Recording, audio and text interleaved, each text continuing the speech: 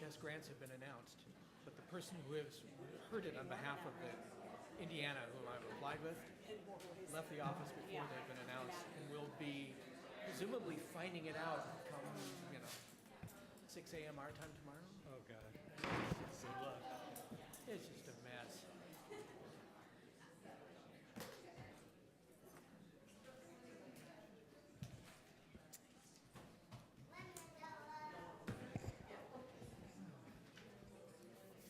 Okay, we're all back. We're going to call back into order the regular meeting of the Albany Unified School District Board of Education for Tuesday, August 8th. May we have a roll call, please? Board Member Chutane. Here. Board Member Clark. Here. Board Member Blanchard. Here. Vice President Stapleton Gray. Here. President Black. Here. For those who wish to participate, we'll have the Pledge of Allegiance. Ready, begin.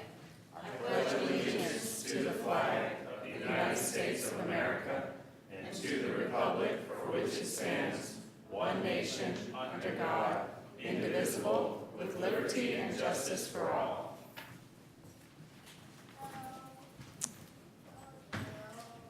Okay. Kim, would you read us the AUSD mission and vision statement, please? Let me find a copy. It's at the top of your agenda.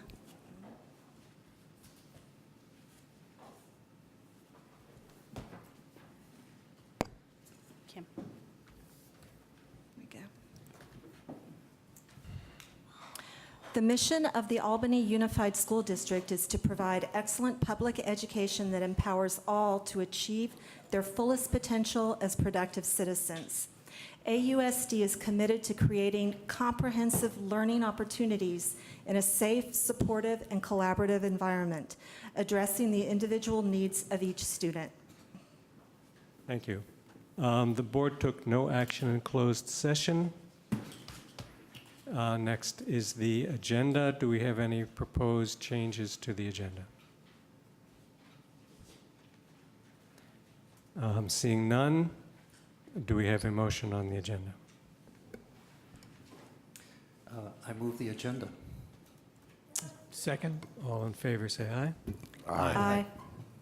Thank you. Next is the consent calendar. Does anyone have any questions or any items that they want to pull from the consent calendar?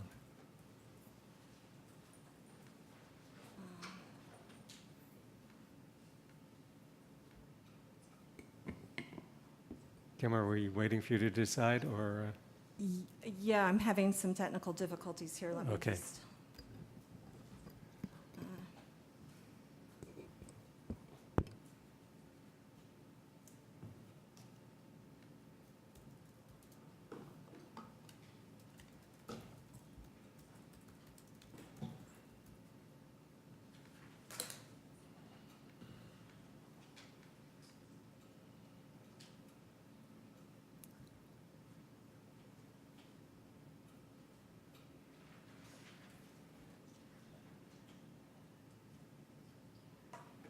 No issues.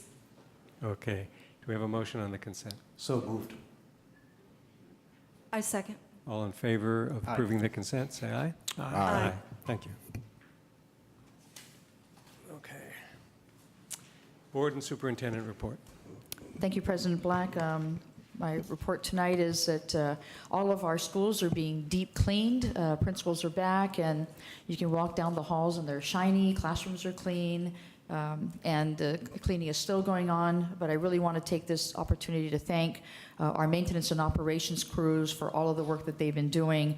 They've had to rotate around summer school. Summer school has been completed, and there will be a summer school report that will come before the board, I believe, in September. We also had our first day of our district leadership team retreat, where we spent some time today discussing issues around equity, and diversity, and tomorrow our leadership retreat will include a mathematics for equity presentation and discussion with Celine Liu from the Alameda County Office of Education. Thank you, that's my report. Thanks. Anyone else? Kim? During July, when the school board has not been meeting, I've been spending my time at the city council meetings instead. working on the crossing guard issue. The University of California announced in June that they were not going to be making their traditional contribution to the city of Albany that helps fund the 6 crossing guards that we have had. Because of that, 3 of the crossing guards were laid off over the summer, and I started a petition to ask the university to please reconsider their decision about stopping that funding that we've depended on. As it stands now, the city of Albany has agreed to start to try to hire so that they can start the year with 6 crossing guards, but to reopen the discussion with the university and with the district, because that's something the district has not contributed to in the past. That's the city of Albany and the University of California have jointly funded that. So the city wants to bring everybody back to the table to see if we can find a stable source of funding going forward so that we can have 6 crossing guards. Thanks. Anyone else? Okay. This brings us to persons to address the board on matters not on the agenda. If anyone here who wants to address the board, please come up to the podium.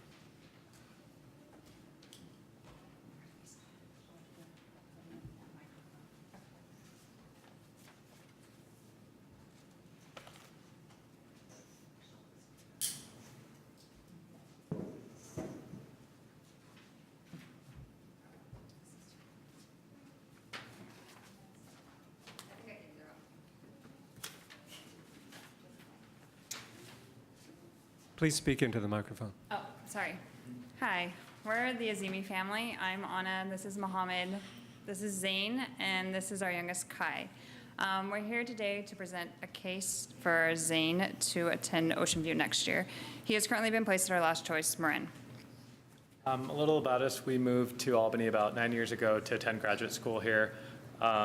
Since then, we decided about 4 years ago that we'd like to settle down here, so we purchased a home over in Solano Hill.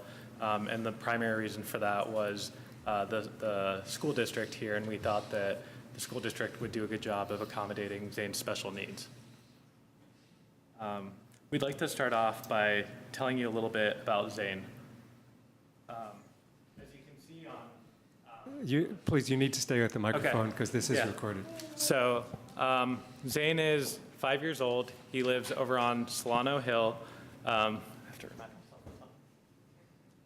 Some of his favorite things are mac and cheese to eat, his brother Kai, and scooting around the playground on his scooter.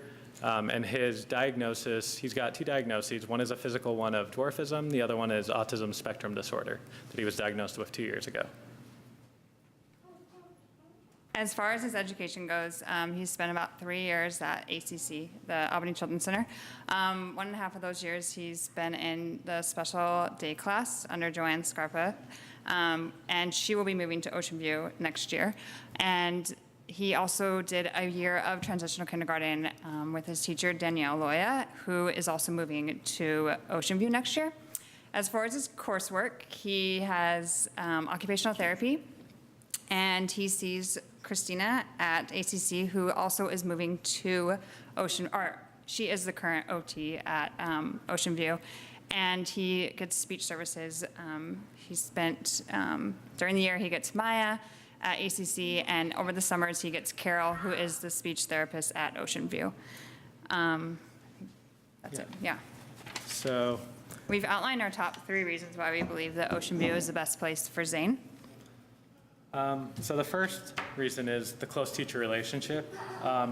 As research in child psychology has shown, children with developmental vulnerabilities benefit significantly from maintaining close teacher relationships.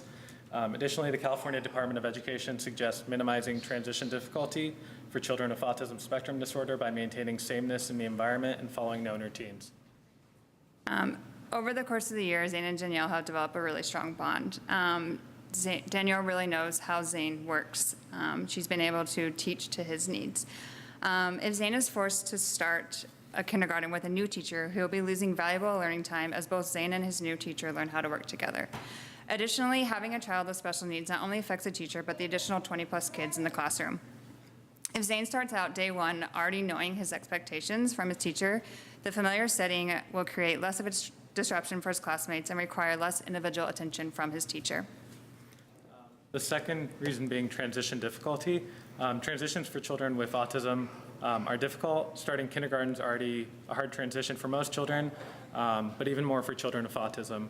To alleviate some of the stresses, it would be best to keep what we can the same for Zane, that being his teacher, as well as the staff that would help him, Christina, Joanne, and Carol.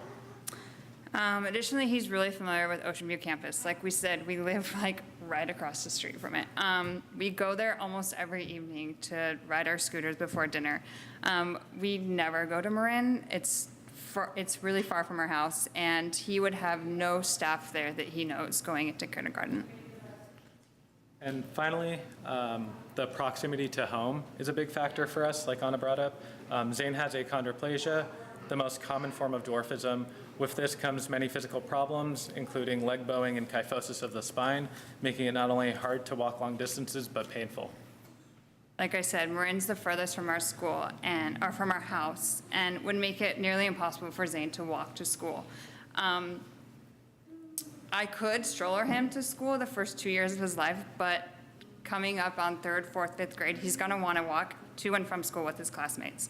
I think we should strive to provide him with the normalcy of walking to school like every other child in the district. Thanks for your time. We do realize that school resources are limited. However, as parents, we feel it is our duty to advocate for our son as much as possible. We hope we can work together to make the best possible placement for Zane. As his parents, we feel like we're aware of some of these issues that we've presented, but it hasn't been clear to us how any of this has been factored in the placement process. Thank you. Thank you. Thank you. Alexia? Charles? We can't discuss matters that are not on the agenda, but could we refer this to staff? Yes. Good. Thank you. Alexia Ritchie, their principal at Albany High School. And I know this was on the consent calendar earlier, but I would like to take a moment to introduce our new assistant principal at Albany High School. This is Larry Pratt. Larry, welcome to Albany.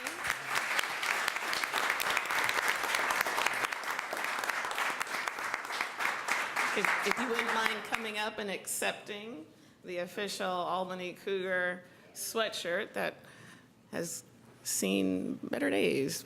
But again, symbolically, we wanted to welcome you. Mr. Pratt is a seasoned veteran administrator from the Tamalpais Unified School District, the high school district, as I believe, and we're very excited to welcome him to Albany High School. Thank you. Thank you. If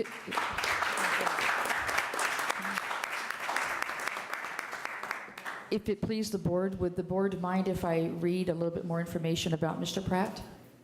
Go ahead, please. Thank you. Welcome, Mr. Pratt, to the Albany Unified School District. I'm very happy that you've joined our team. Mr. Larry Pratt is currently the assistant principal at Redwood and Drake High Schools in the Mount Tamalpais Union High School District. He has been a vice principal for the past 5 years. He is also a mathematics teacher, a teacher coach, as well as a student teacher supervisor and summer school principal. He has experience leading equity teams and student focus groups, and he works with his staff on closing the student achievement gap through a professional learning community model. Mr. Pratt received his Bachelor of Science degree in mathematics from Morehouse College and his teaching credential from San Francisco State University. He also received his Master's of Educational and Administrative credential from UC Berkeley. So I'd like to extend an official warm welcome to the Albany Unified School District.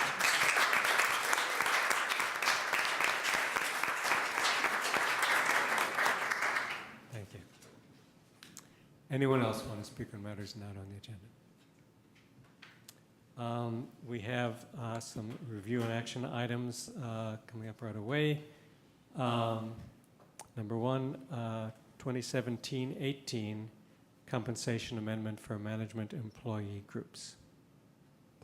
Thank you, President Black. This is my agenda item, and I'm bringing this forward for the board to consider the management compensation package, which includes benefits package, excuse me. Now I'm having technical difficulties getting to this section. Please bear with me.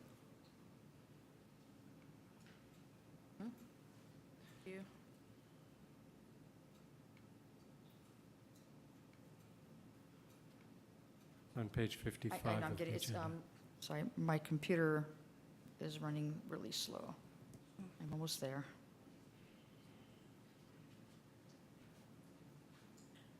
Okay, thank you. Okay. So approving this agenda item will help provide stability and leadership for our leadership team. In 2000, for the 2016-17 school year, there was an agreement with the Albany Teachers Association, and of course, I brought the management salary equivalent also to the board, and that was approved at the last board meeting. I've had 2 meet and confer meetings with the representatives from the management team. So just by way of clarification, management members are not bargaining members, and they currently do not receive any employer-paid benefits. So I want to provide just some history for the public. I know the board has read this packet. Prior to 2006-07 school year, all employees, including management, received employer-paid benefits up to Blue Shield full family, as well as full dental and vision insurance. But beginning in 2006-07, the 2-party Blue Shield premium rate was incorporated into the management salary schedule. As a result, management members had the option to buy into the district's health care plan, or at least demonstrate to the district that they had health care benefits from other sources. And then management, of course, was also required to pay for a dental and vision insurance. Between 2008 and 2012, management salary schedule was amended annually to reflect each year's costs for the 2-party Blue Shield premium. In beginning of 2013, the annual adjustments to the management salary schedule stopped. So between 2014 and 16, all employee groups, including management, received annual increases in compensation.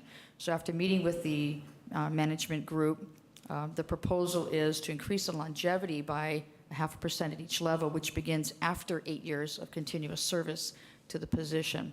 And also to have the medical premiums revision effective July 1, 2018 for district-paid benefits based upon the coverage of employee only up to Kaiser, or Blue Shield, employee +1, Kaiser 2-party coverage, or if the plan other than Kaiser is selected, Kaiser 2-party premium rate plus $100 a month towards another CalPERS medical plan. Employee +2 or more, Kaiser family coverage, or if a plan other than Kaiser is selected, the Kaiser family premium rate plan up to $100 a month towards another CalPERS medical plan offered. As the board knows, this is similar to what was agreed to with the Albany Teachers Association. The fiscal impact for the first year is $85,980, and then year 2, $122,230, and then year 3, $35,046. Back in 2006-07, the agreement to increase the salary schedule for the 2-party so that management could pay for their benefits, the decision was made. Unfortunately, the unintended consequence of that is that, excuse me, healthcare premiums have not have exceeded the pace of salary increase that was given back at that time. So what I'm trying to do is to take a systems thinking approach and to look at a long-term way that we can bring us back to parity between our management. I'm also bringing this proposal forward because I want to be able to recruit, hire, and retain our administrators to stay in Albany to be competitive with our surrounding districts. Some districts do have benefits on their salary schedule. Some districts have their benefits on top of that salary schedule. So when we look at total compensation, my goal is to make sure that we are competitive. And so the recommendation is for the board to approve the 2017-18 compensation agreement with the certificated management and classified management employee groups. Thank you. Thanks. We have questions from the board.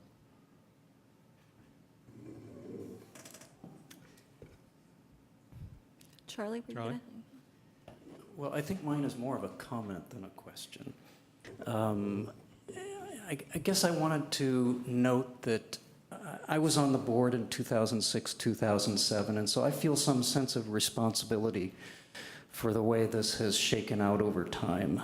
And it has not transpired the way I think anybody hoped it would. The decision that was made in 2006, 2007 was made by the board, by the superintendent, and by the principals at that time, almost none of whom are still with us, I believe.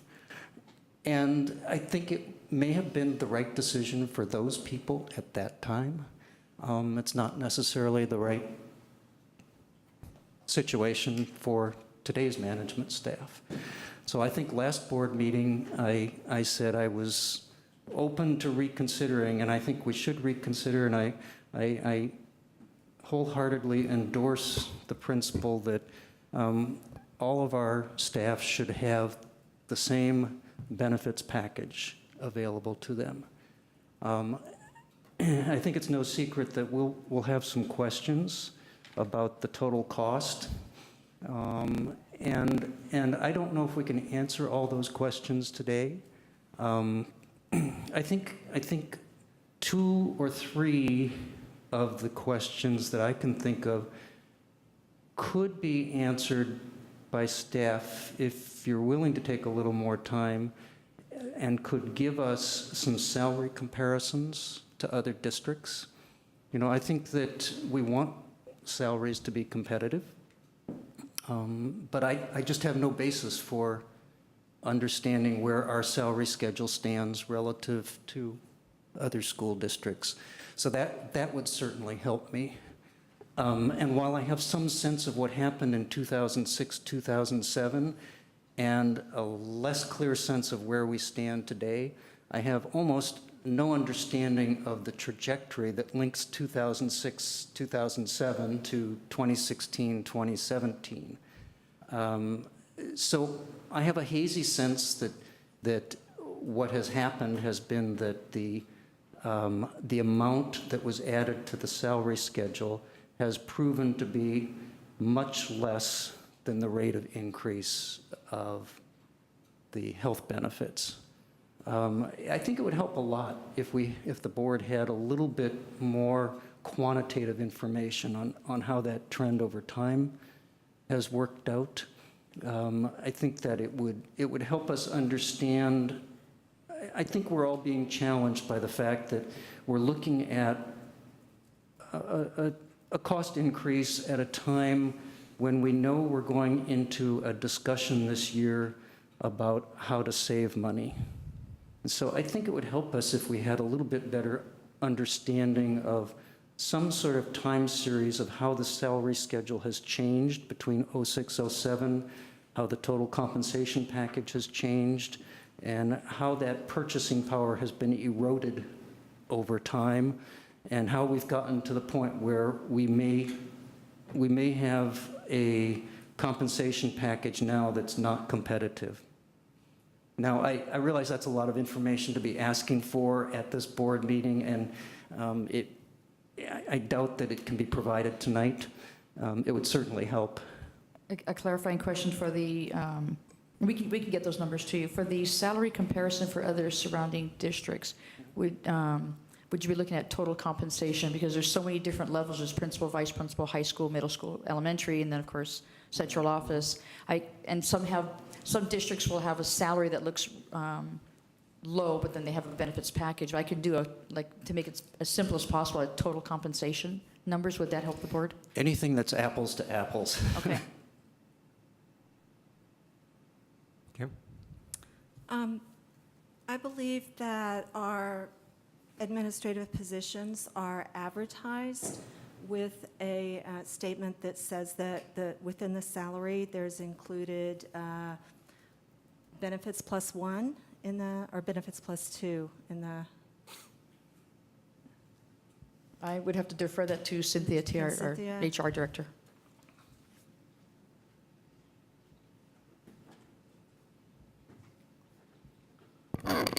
Our latest job announcement does not have any reference to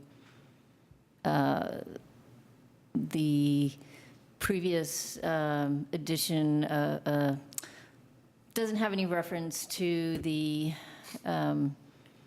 two-party Blue Shield. So now our job announcements say that the administrator is responsible for their benefits package.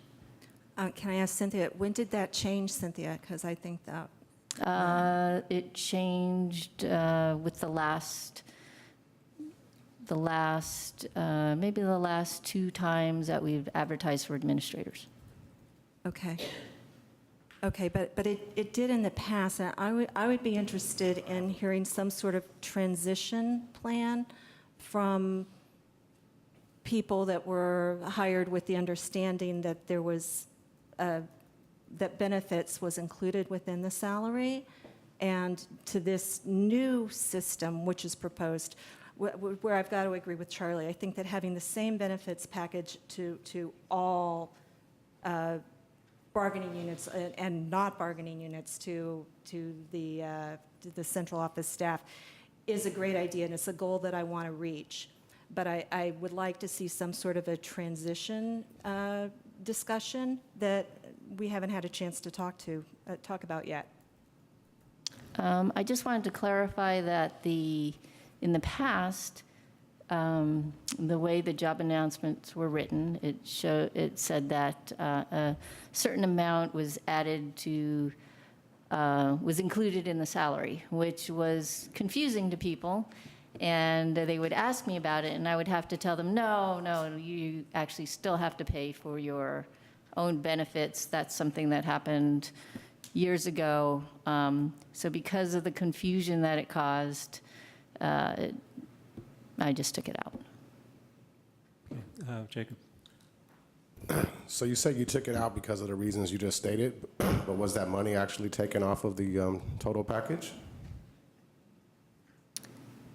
No, because that money was added to the salary schedule back in 2006-07. But with the intent that it would be used for medical benefits, right? Yes, but it wasn't. It's just odd that you would just, in the last 2 postings, you just decided to take it off? Because it's always caused confusion. People were under the understanding that the district paid for the benefits somehow with that. But if it's always caused confusion, why was it the last 2 times you just decided if it's always caused confusion, why did you wait till? Because of the discussions we've had. Okay, thank you. Jacob, did you have other questions you wanted to ask? Yeah, as far as my understanding was that there is part of the compensation is supposed to go for that. I heard that it's been taken off of the description now, but the money is still there, and I understand that maybe it hasn't kept up with the increases of healthcare over the years, but the proposal that we're talking now is going to add that healthcare to part of their package, but is that money that was already allocated for that going to stay the same? I'm sorry, I want to make sure I'm understanding your question. So let me repeat it. So I want to make sure I understand what you're saying. So you're asking that if, with the package that we are proposing, is that, I think you're asking, is that being added on top of the current salary schedule, or is that being added in and then the salary reduced to equalize the total amount? Did I understand that question correctly? That's what I'm asking, yeah. Thank you. I want to make sure I understood you. This is asking for that the benefits be added to as a compensation, as to part of the total compensation, but not to reduce the current salary schedule. So it's on top of what's already there. It would be on top of there. It would not be added to the salary like it was done back in 2007, where you would raise the salary amount. If the salary would, for each management person, would stay the same, but we would be adding in what is called a benefits package. So it would increase the total compensation. So the salary stays the same? Yes. And then you're going to add that on, Yes. right? Correct. We would be, the board item would add the access to employer-paid benefits for certificated and management staff. One of the reasons why is because if there was an adjustment downward for the salary schedule, then that would impact how competitive Albany is to surrounding school districts for those positions. And so, as Board Member Blanchard mentioned, at a future time, we'll be able to provide information on how our administrator positions fare with surrounding districts, with and without the proposed package. Okay, if someone did not take the benefits, is there any compensation? Do they get cash payment in lieu? So for currently for any employee who chooses not to have employer-paid benefits, if they're covered elsewhere, they receive a annual stipend of $1,500, $1,500. Okay. Cynthia wants to. hang on, Okay, okay. I'm sorry. Except for management. There you go. But would that change with this new agreement? That would change with this new agreement. That they then would get the in lieu payment, or they? Yes. Correct. Yes, that if they did not choose to take the benefits package, then they would receive the $1,500 annual in lieu. Okay. Do we have more questions, clarifications? I want to make sure that, please forgive me, Board, but I want to make sure I understand the second piece that Charlie is asking for. So Charlie, I'm going to say it and let me know if I heard you correctly. You are looking for, from 2006, 2007 to 2016, 2017, the trajectory of two things I'm hearing: the salary increase as well as the healthcare increase. Okay. Is there, and Alan, you have to help me with this because one may go up more than the other. So, for example, Blue Shield might go up more than Kaiser. We can break it down by the three providers. Would that be helpful as well? So Kaiser, Blue Shield, and the other one was Anthem. Those would be the two main ones. The two main ones. Okay, we could do it by those two if you'd like to see the breakdown of that. Do you have a proxy in that we do know what more we paid, say, for teacher healthcare benefits over the, I mean, it at least gives you a trend line. Mm-hmm.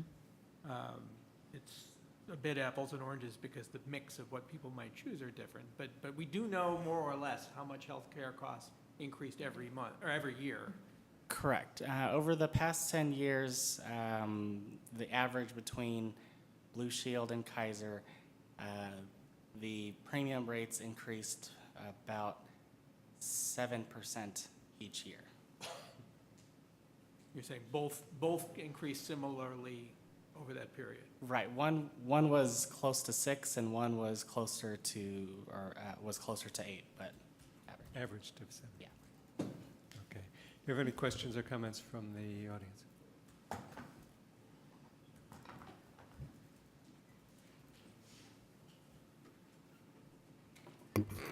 Good evening, members of the board. I'm David. It's good to see you all again. I'm from Albany Middle School, the assistant principal. Before you is a recommendation from our superintendent to provide district-paid health and welfare benefits to the management team. I would like to take the opportunity first to appreciate Superintendent Williams and for submitting this proposal, and also to the board for your thoughtful consideration of this proposal. As a management team, and there are obviously many of us here tonight, we recognize the importance of the proposal and the recommendation being that it is approved. You'll soon hear from several of my colleagues who will share with you their thoughts on why they believe this proposal should be approved and what having district-paid benefits would mean to both current and future leaders of Albany's schools. Approving this proposal will provide parity for all AUSD employee groups and ensure equity of access to health care for all employees at a time when health care is rising sharply. It will allow the district to more fully embrace our strategic plan as it relates to equity in our community. It will provide greater stability and support to both veteran and newer school leaders. And finally, this proposal will allow us to attract and retain the very best educational leaders in the area. A little off script in relation to the cost. You know, we've historically been a Me Too group, that whatever the teachers were given, more or less, the management team was given as well. And looking at the numbers that were presented about what this proposal would cost the general fund in year one was about $135,000. and then it goes down in subsequent years. A 1% raise for the entire management team represents more or less about $35,000. So if we were to come and instead of asking for the benefits and just ask for what we've typically done with the Me Too, which would be 3.75, which is what the ATA got, it's equivalent in the pricing. We're asking the board to consider fixing something that was negotiated away 10 years ago. And there's different ways that we can fix it. We can fix it through providing salary increases, which would require continual negotiations, or we can give access to healthcare to all of our employee groups. One of the major draws for me to working in Albany, one of the top reasons I came to Albany, is the top to bottom dedication and support of equity. As you listen to the stories and ideas of my colleagues, I hope that the common thread that you hear is one of equity. Equity for our students, equity for our families, and equity for our staff. Thank you again for your time and consideration. Thanks. Others?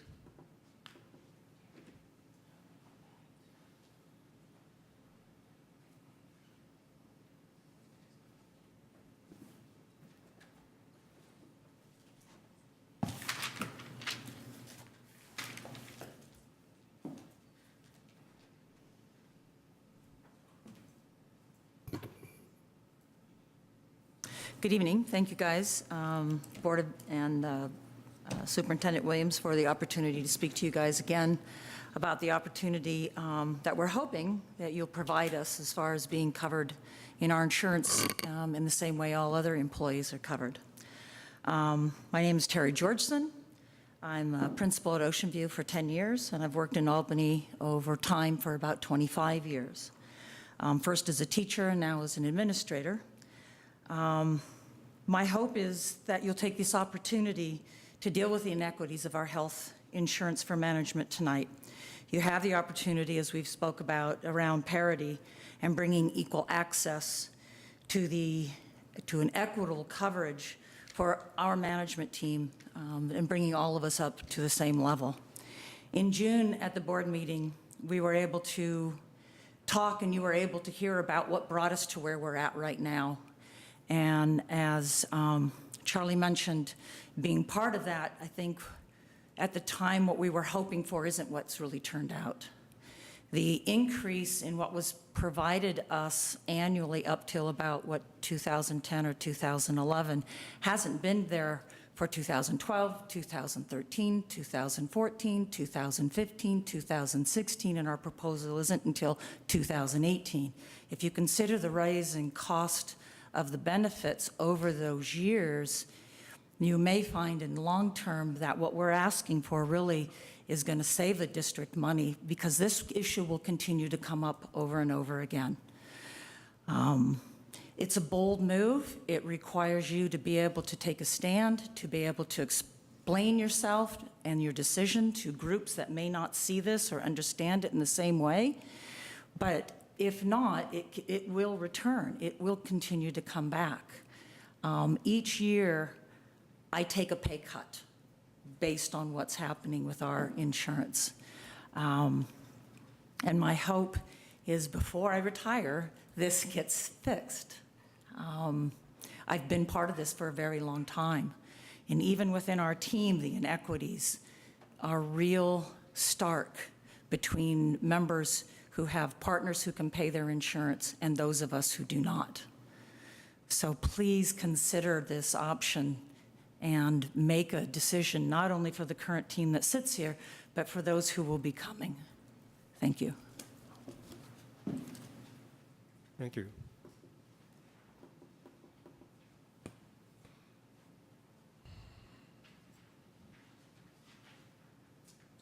Good evening. My name is Clay Hoffman. I'm the Food Service Director for Albany Unified. And I want to thank Superintendent Williams for bringing this issue to the board and for the board's consideration on this matter. Over the past year, access to quality health care has become a hot topic, both nationally and locally. As health care costs continue to rise, individuals who do not have guaranteed employer-paid health care will continue to have less financial stability. Without this employer-paid guarantee, Access to healthcare can change as life's circumstances change. Marriage, having kids, or spouses changing jobs can all affect access as new financial obligations may arise. With regard to access to healthcare, these life events are not a factor to all other employee groups because healthcare is a given. There are two approaches the district can take when addressing access to healthcare for the management team. One approach, the systematic solution, would be to provide salary raises in hopes that they would keep up with the cost of healthcare. But this never solves the root cause. The other approach, the fundamental approach, brings the management team back in line with all other employees and provides district-paid health benefits. This approach would right the wrong made a decade ago and provide a long-term, consistent access to health care to all employees of AUSD, regardless of life-changing events. Thank you. Thank you. Anyone else?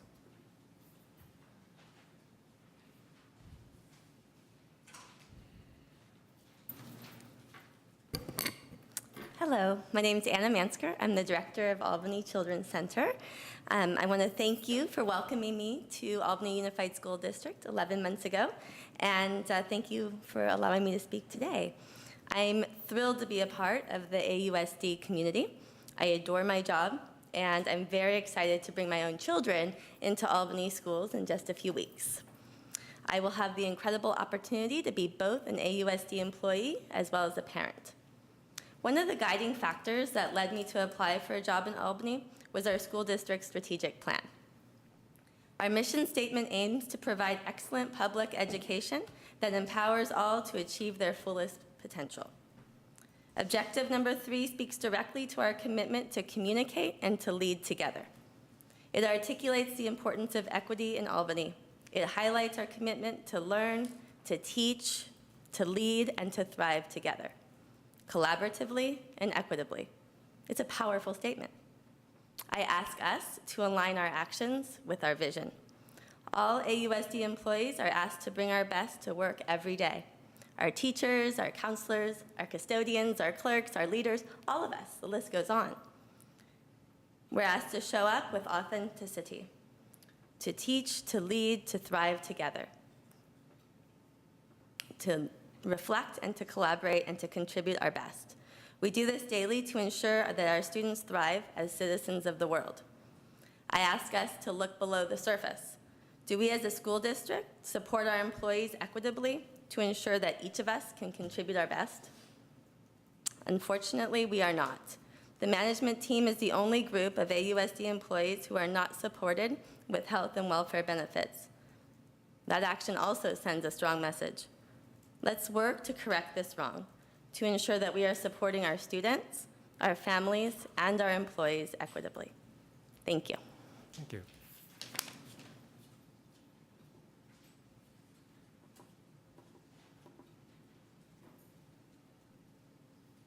Good evening. My name is Melissa Poole, and I'm the Marin Elementary School principal. First, I want to thank Superintendent Williams for bringing this proposal to the board. Approving it gives the board the opportunity to send the message that we value the health of everyone in our district. Before becoming an administrator last year, I was an Albany teacher for 12 years. And as a teacher, I received full benefits from my family of 4. As an administrator, I needed to purchase these same benefits out of my salary, which meant the initial net increase I received moving into administration with the same deductions was less than $75 a month. We know that here in Albany, we have an amazing group of teachers and staff, and that they bring a wealth of knowledge, experience, and compassion to the work of serving kids, and many of them would make incredible school leaders.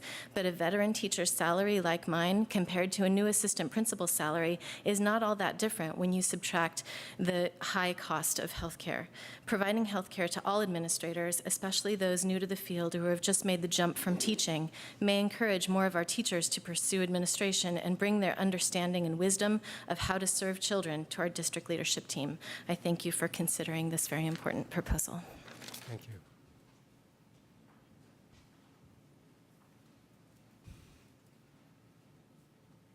Hi, Thank you for your time tonight, Superintendent Williams. Again, thank you for your efforts and energy behind this. I'll briefly reiterate some of the points that you made, including the recruitment and the retention of high caliber administrators in Albany. And I do very much value the ATA approach to making sure that we have compensatory salaries that attract and retain those top 10% of our educators in this area. What we're asking is for you to consider that the same be true for us being able to recruit that top 10% and retain the top 10% in the administrative ranks. Thank you so much.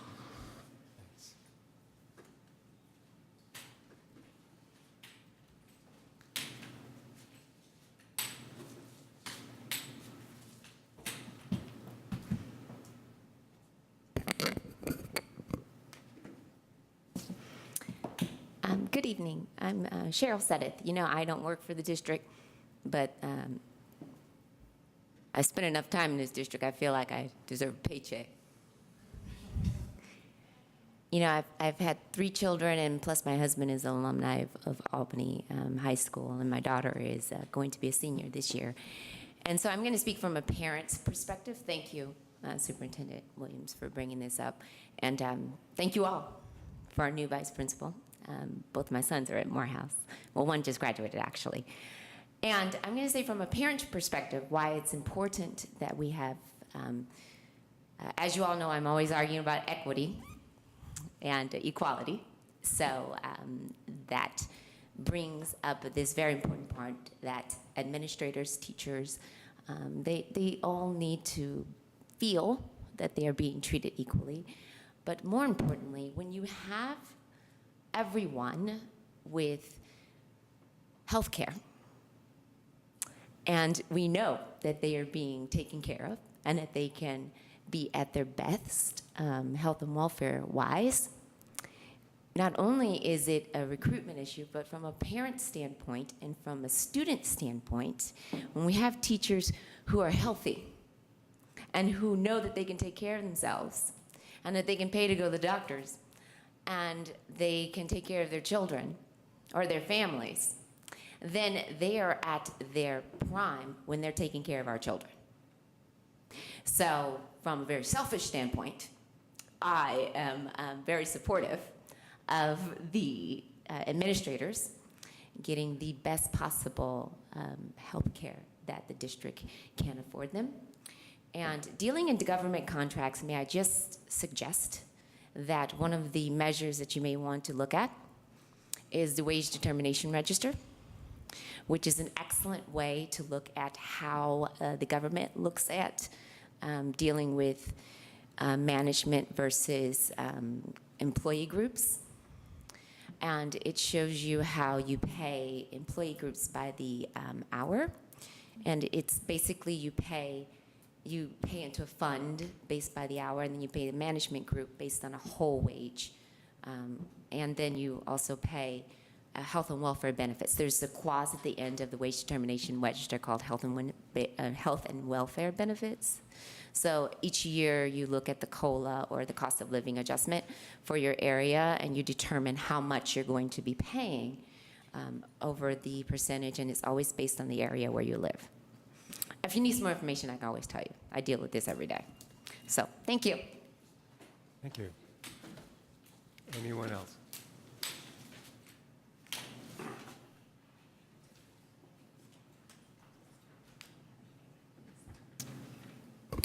My name is Darren McNally. I'm the coordinator of alternative education at Albany High, and I just wanted to add a few comments. One thing to think about a lot as an administrator is what I'm spending my money on, and what am I getting for that money, and what am I really getting for that money. And one of the things I have to tell you as an administrator and former teacher in this district is my salary never determined how hard I worked. What determines how hard I work is my kids. And if I were to get a 1.25, 3% raise, whatever number we're throwing around next year, that will not change how hard I work next year. And actually, health benefits, I'm one of the people, because of my family situation, that benefits financially the least.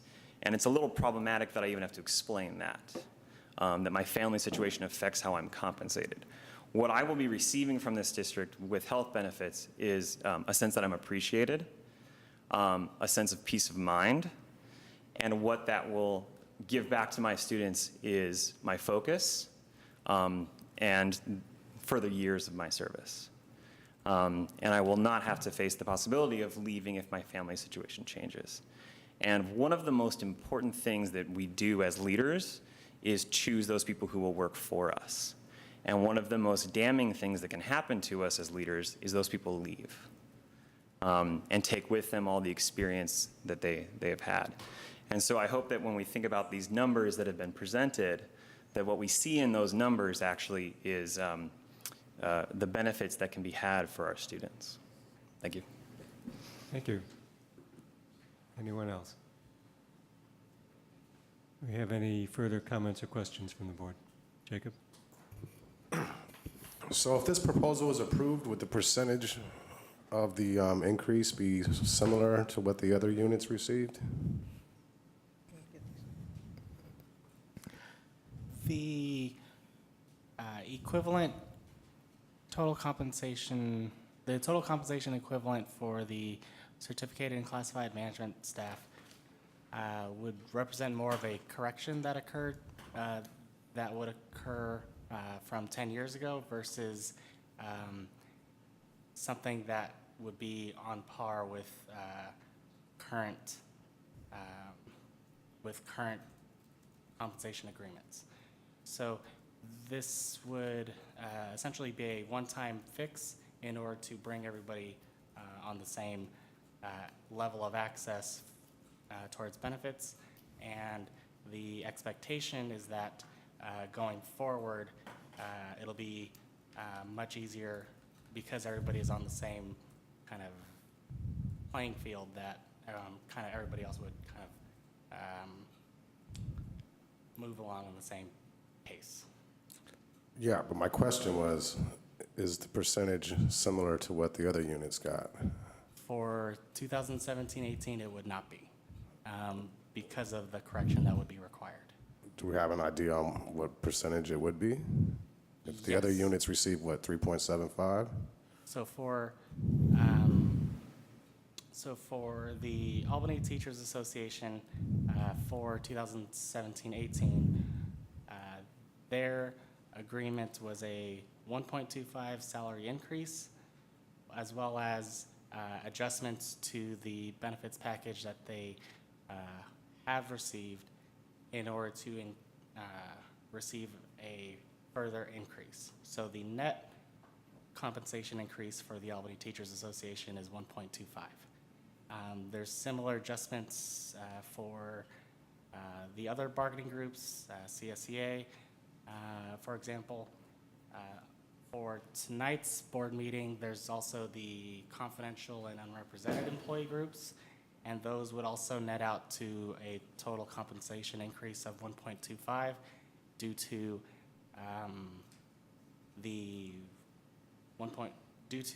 adjustments in their access to benefits. For the certificated and classified management, because they currently do not have district paid benefits, in order to provide district paid benefits, there would need to be a one-time adjustment. And so that one-time adjustment is roughly 4.5%, assuming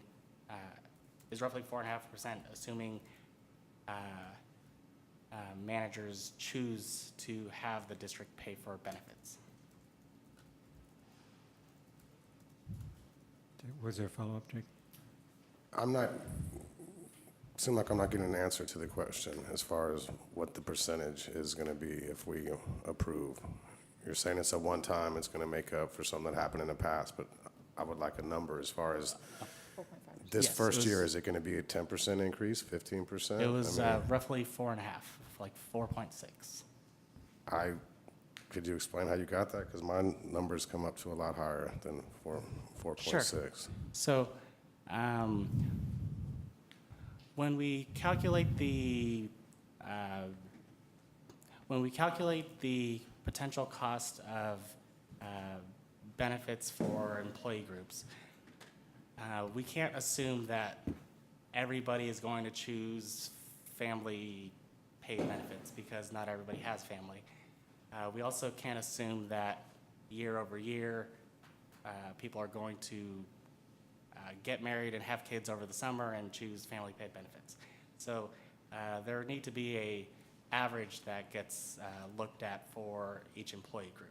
And so that average is different for the Albany Teachers Association versus the classified staff versus management. So for management, because the management group is so small, it's because the management group is so small, by providing this access, there would be a limited number of current staff who would take advantage of that access. Because there would be more than half who would not change anything because they would not need to have that access. But if life circumstances change, it would reassure them that they have that ability to obtain district paid benefits. What is the cost of Kaiser +1 or whatever, the one that we're proposing per month? So the package is for the same package provided to all staff, and that package is employee only. If you are employee only, then you can choose Kaiser or Blue Shield. If you are employee +1, then you would have the Kaiser two-party rate. And if it's family, then you would have the Kaiser family rate. Yeah, but on average, how much is that per month? So for the Kaiser family rate,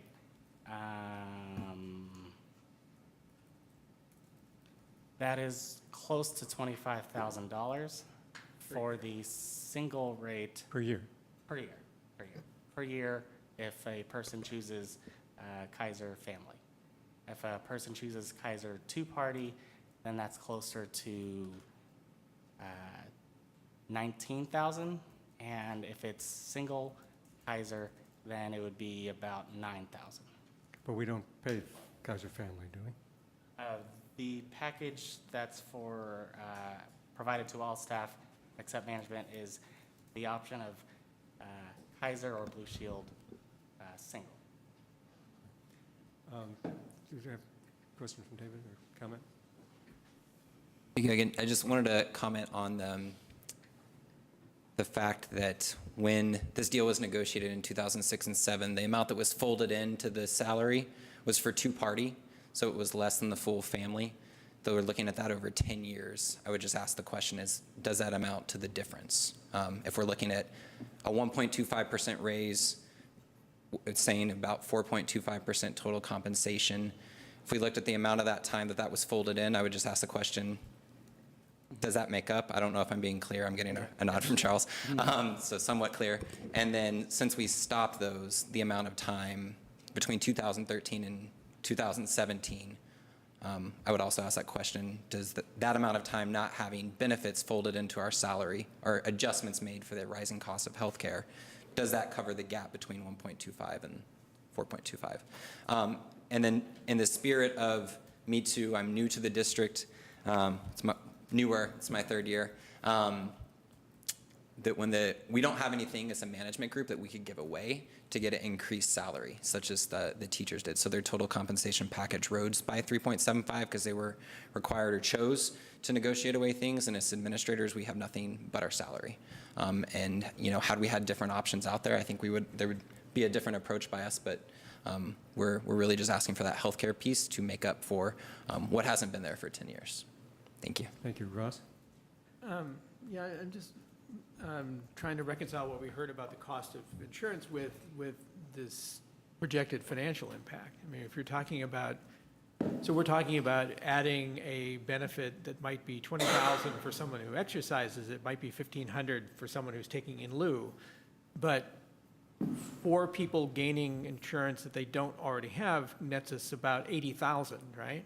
$80,000 out of our budget, and we've got $85,000 for year one, $122,000 for year two, and $35,000 for year three. and presumably future costs out to future years forever and ever, does the math work? Because across the number of management, we've got some who are going to take next to nothing. They've got in lieu, they've got spouses that are working. Some are getting, say, 20,000 equivalent. It feels to me like we would be well over 85, well over 122, given the number of people, given the amount of this benefit. So I'm questioning how those numbers show up against that. Sure.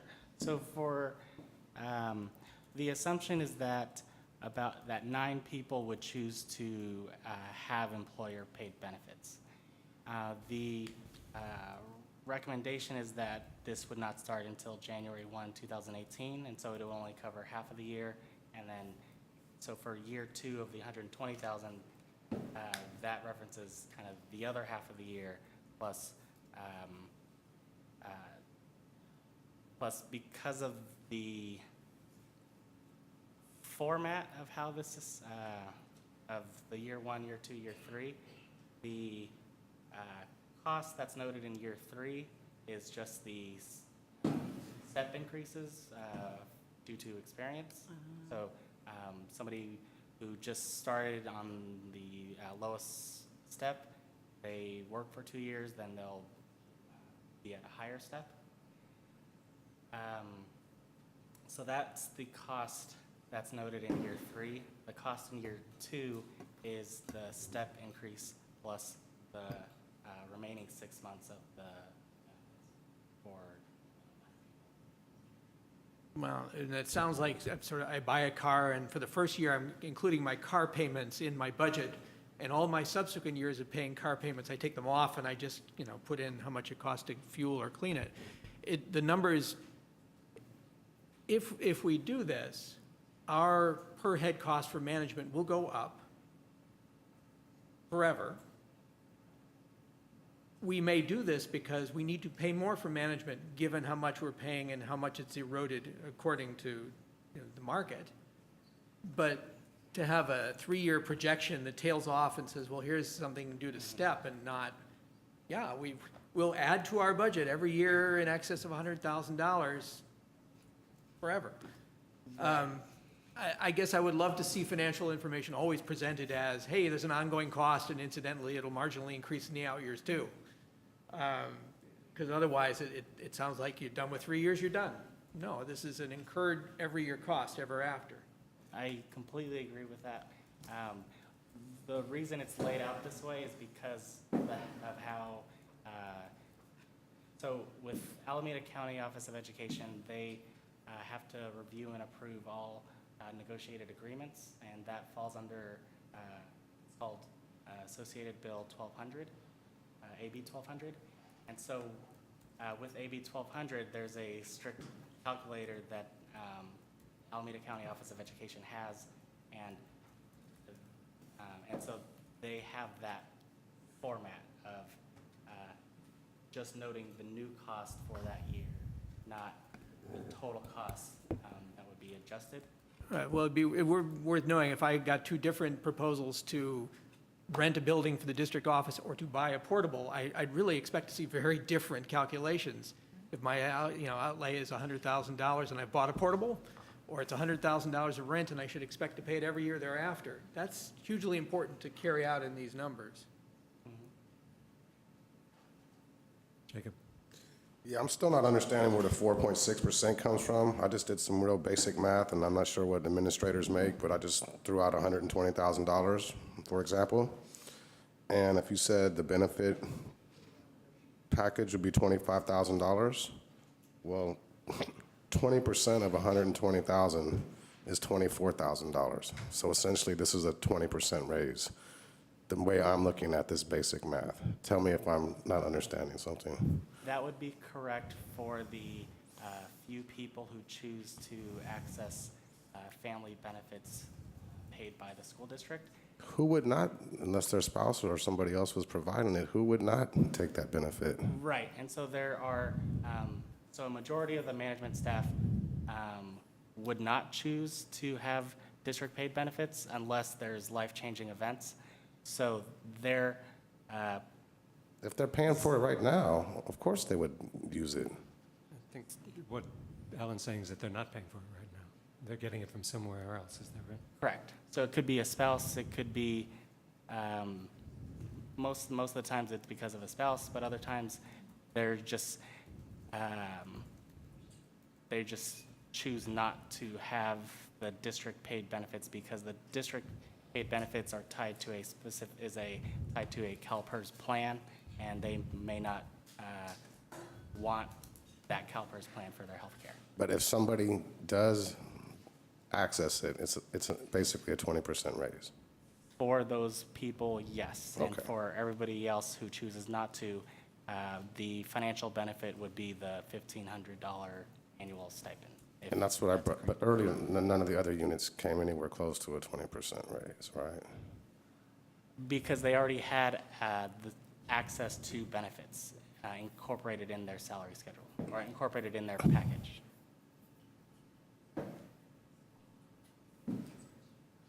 Charlie? So I'm actually hoping that maybe we could move to a general principle, and the principle would be that we want to move toward a system in which everybody is provided benefits. Even though we may not have agreement on how the numbers shake out. So I'm just going to put that out there as perhaps a unifying concept that we might be able to move toward tonight. I think the reason this is confusing is it's not completely quantitative. And I have a sense that we put a certain dollar amount on the salary schedules beginning 2006, 2007, so that management could pay for the two-party benefits package, and that amount increased year by year up until about 2011 or thereabouts. And since then, that number has not increased. And so what that represents, I think, as Principal Terry Georgeson said, is that effectively it's been a pay cut, a compensation cut every year since 2012. So it's hard for us to look at this on a one-time, like just on a one-year basis, when what we have is a 5 or 6 year history. So we may be adding a certain amount to the salary schedule. But in some ways, it's appropriate to be thinking about that as an addition that has occurred over a 5 or 6 year period, not just this year. It's all very intuitive and fuzzy to me. Like I say, I can't quantitate it. My sense is that the amount of loss in the purchasing power, on the one hand, sits over here, and the amount that we have that we're now effectively adding back into the total compensation package sits over here. And I have a very intuitive sense that they're roughly balanced, but I don't know that. I don't have the numbers. I don't know. I think as Jacob has expressed, it looks like all of a sudden we're putting a 20% increase on a compensation package. But I'm not sure that that's really what we're doing. I think what we're doing is we're back calculating over a 5 or 6 year period, and we're asking, if we had made this correction 5 or 6 years ago, where would we be today? And this is probably about where we would be today. But again, it's all very fuzzy to me. It's very intuitive that it probably balances. The amount that we're effectively putting back onto the compensation package by the proposed action seems like it probably does balance the cumulative loss over the 5 or 6 years. But I don't have those numbers. And that's kind of what I was trying to get at before, is I think it would help the board understand the financial equity portion of this better if we had those numbers. I think we are concerned about equity. I keep hearing us coming back to the question of equity. We don't want management to be treated differently within itself. I certainly don't want management to be treated differently from other staff members and excluded from benefits coverage. So I think in order to move toward that equity, we want to make sure that we're also not somehow accidentally appearing to be acting in a way that's not equitable. I think Jacob has expressed it in terms of a percentage increase. You know, we have tried to give every unit the same percentage salary increase this year. We have these Me Too agreements. This is different now. And I think the reason it's different is because it's an agreement that covers the last 5 or 6 years, not just this year or next year. It's very intuitive, and I wish we had some more numerical analysis that I could justify my intuitive sense. Lacking that, I think we might have to ask for more information. But I would hope that maybe we could express a general interest and willingness to move toward the inclusion of management within the district's benefits package. Thanks, Terry. Thank you. I think Mr. Clark brought up kind of the elephant in the room around what might appear to be an increase. But I think the parity piece also was the elephant in the room within our own team. So for those who are fortunate enough to have their health benefits paid for outside of their own pay, they already have that increase. And they've had that increase for as long as they've been able to work in this situation. So over the course of the years, that's already been there for those lucky enough to have that. Those who experience life changes where they would have had that through their partner and then all of a sudden have to wake up to the cost of family benefits of around $24,000, recognize the pay cut. So the parity piece really is within the management team, and the equity is really access to the same benefits in which all employees in Albany get.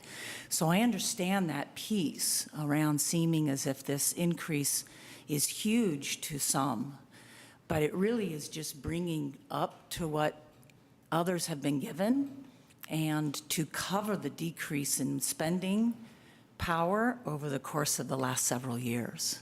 So I appreciate you taking a look at that. Thanks, Terry. Well, we're running well over an hour behind at this point, so I'd like to move this forward with a motion, and it can be a motion to table and bring it back. It can be a motion to approve the salary increase, but I would like some kind of a motion.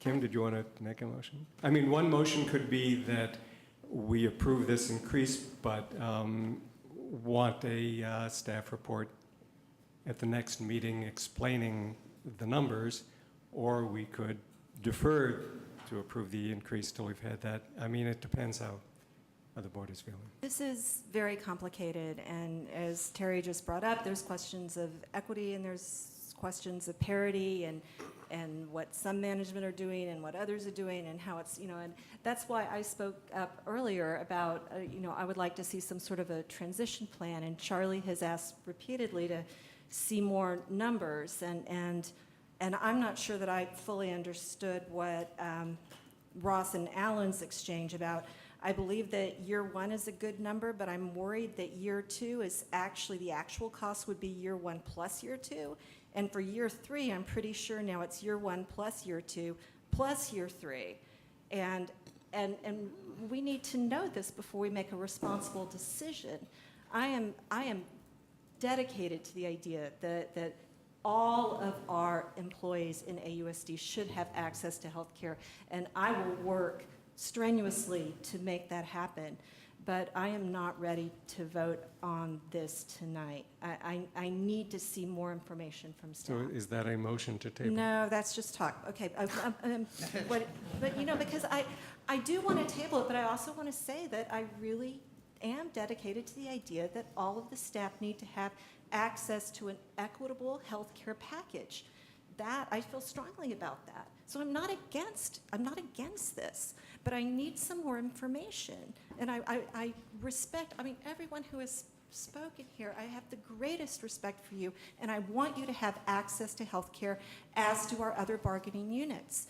But I have questions, and as a responsible school board trustee, I feel like I need more information. So I hope you will not be offended if I make a motion to table this until staff can bring it back with some more information.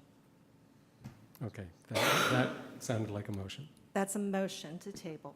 Okay, so it's a motion to table with the understanding, as Charlie said, that we support the concept of access to healthcare by all staff, but we just need to see the actual numbers before we agree to the specific agreement. Is that fair? Do we have a second for that motion? I will second. Okay. Any other motions or counter arguments? Okay, then in that case, are we ready to vote on this motion? Is anyone not ready? So all in favor? When it will be brought back? Yes. Can we bring it back at the next meeting?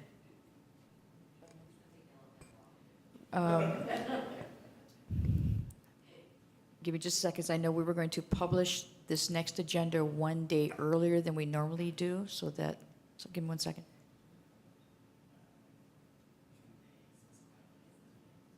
So, okay, so here's what I think I'm hearing. You want 3 things. One is a salary comparison with surrounding districts, total compensation. The second thing you want is the trajectory from 2006, 2007 to 2016, 17 about salary increase and healthcare increase.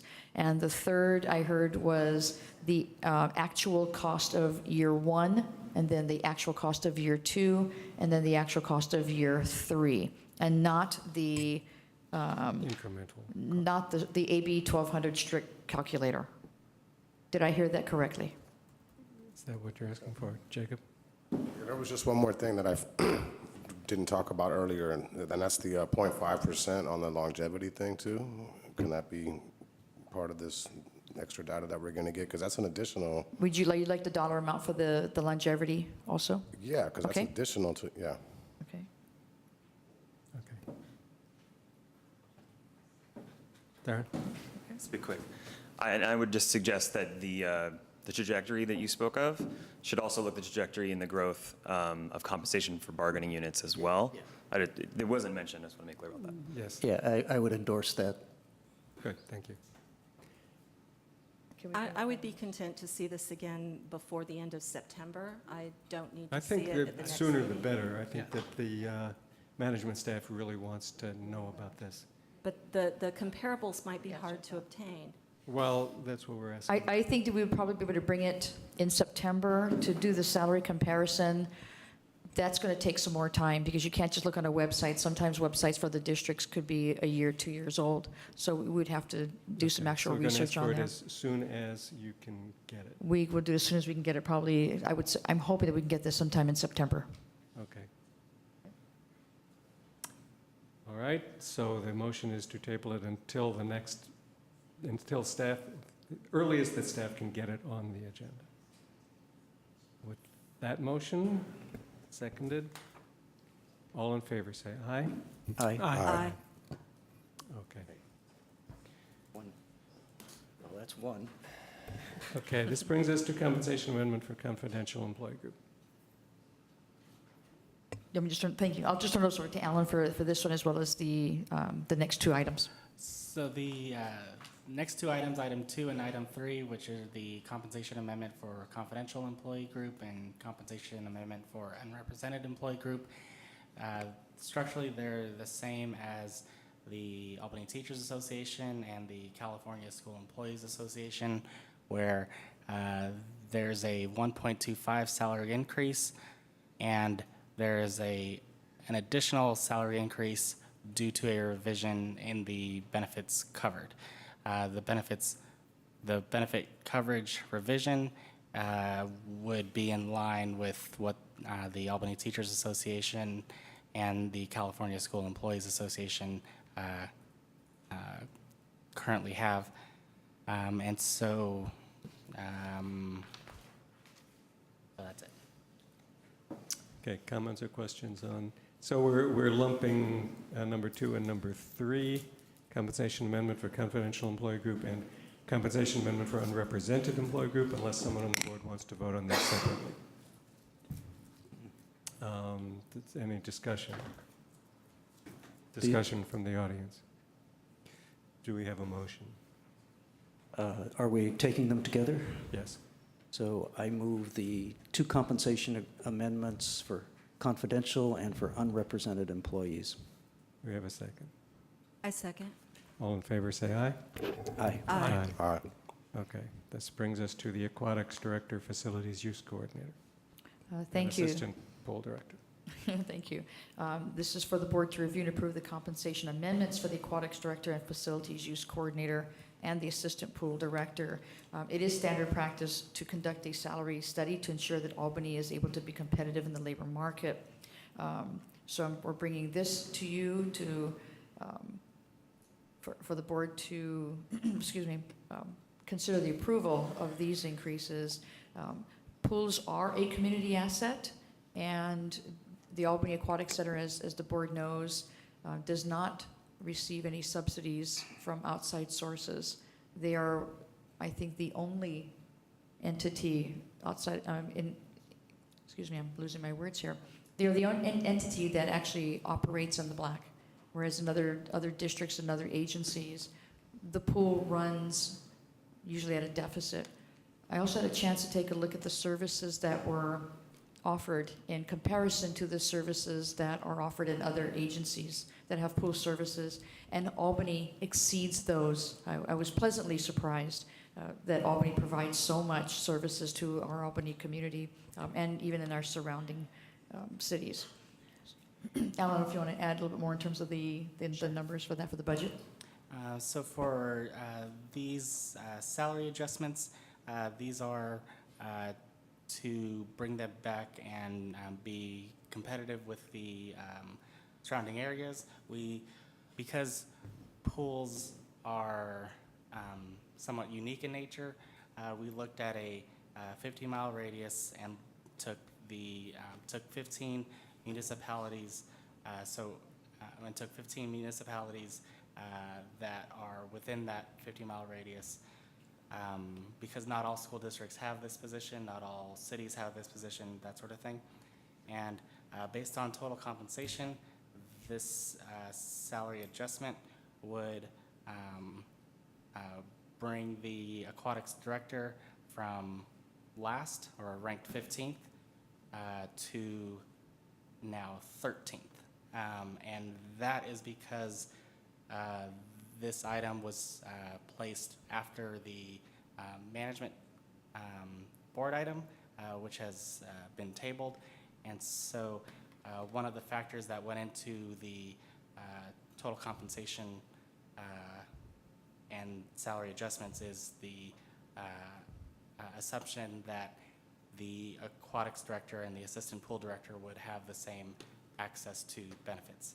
And so since that has been tabled, this agreement is going from a ranked 15th to 13th. But if eventually a package is approved for benefits, then this would go to rank 3rd through 6th, depending on where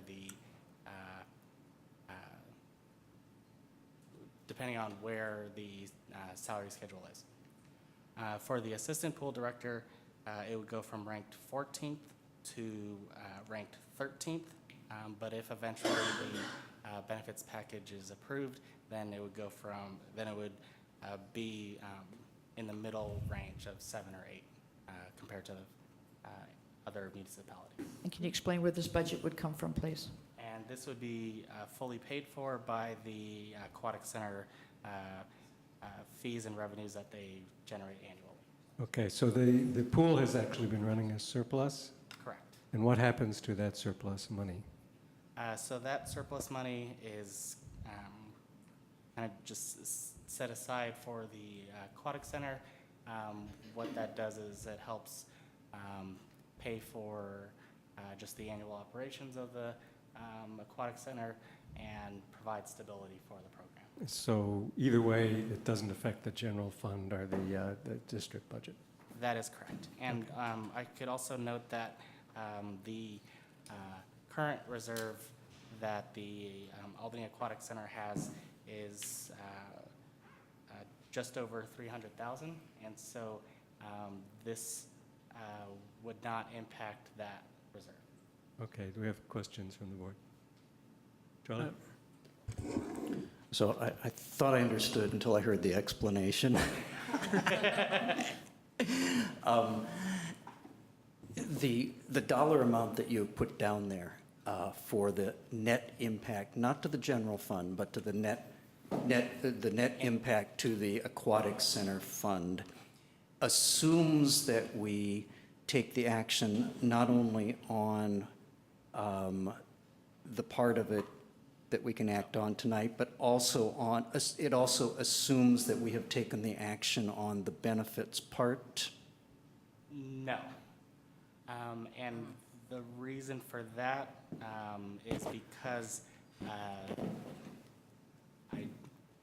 so benefits is a personal thing, and the aquatic center staff are here. I can just say that the two employees' current situations do not lend themselves to access benefits at this point.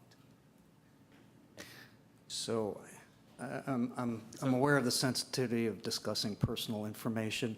Maybe you could just provide me some reassurance that the aquatic center will continue to operate in the black? Yes. The aquatic center leadership staff and the aquatics director is coming up now.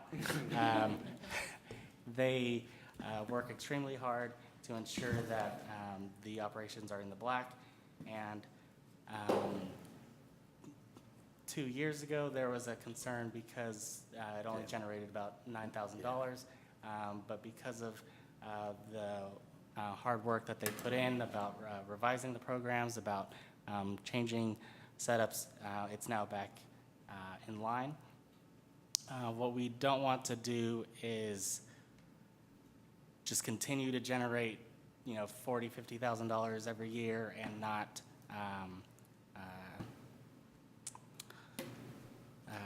do anything with it. And one of the major points that I want to make is because this is a salary adjustment, long-term, this is to ensure that we're able to recruit new aquatic center directors and assistant pool directors because the way it currently is, we are last compared to 15 applicable agencies.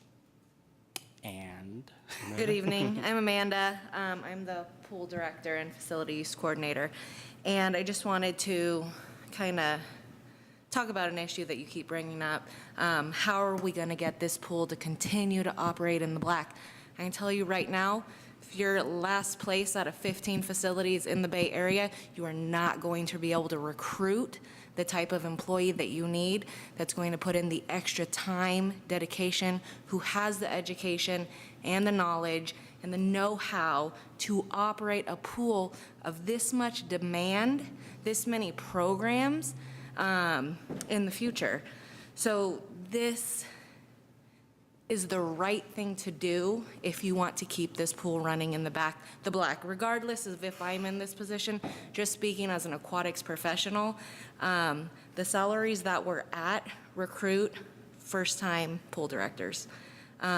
This program is way too large to get someone fresh out of college. For a smaller pool operating a lot less programs, something like Piedmont with just one pool, 6 lanes, half the programs, not really a year-round program. Sure, you can recruit someone at this. As far as total compensation goes, like Alan's saying, we're at dead last. You're just not going to find the caliber of employee that you need in the future. Thanks. Other questions? Kim? First, I wanted to congratulate Amanda and our pool staff for running such a fabulous facility. It has really been great for the city to have a pool back again. And I appreciate that, and so does my husband, who's there every weekend. So definitely love the pool.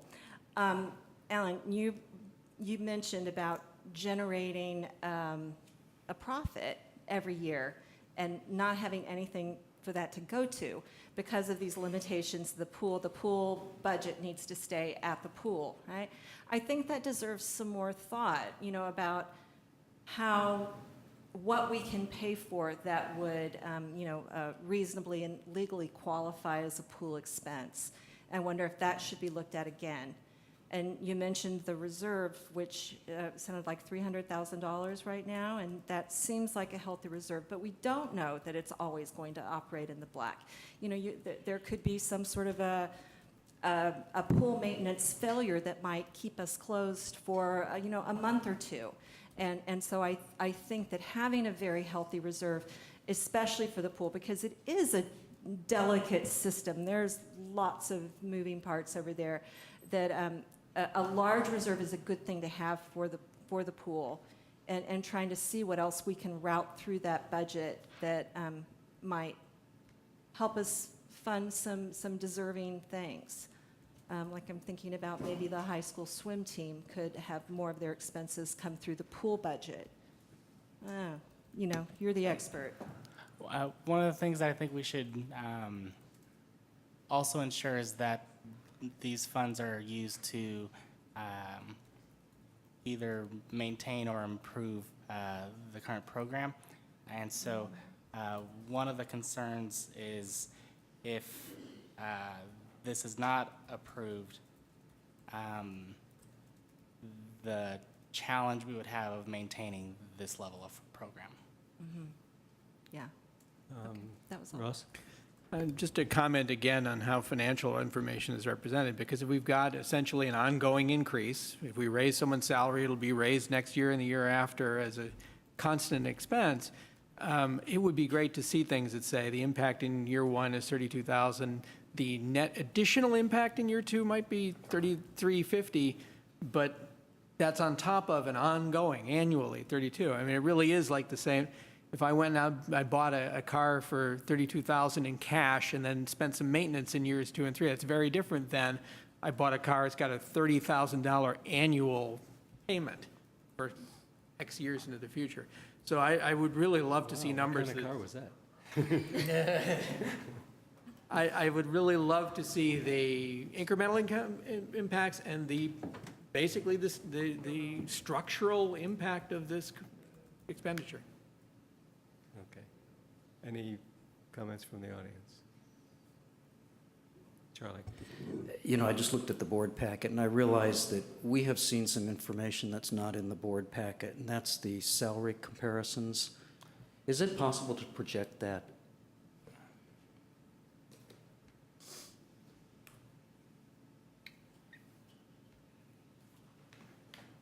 If I could have a moment? Yeah. Then yes. So I realized that this proposal is essentially the same as the one that we tabled in many ways.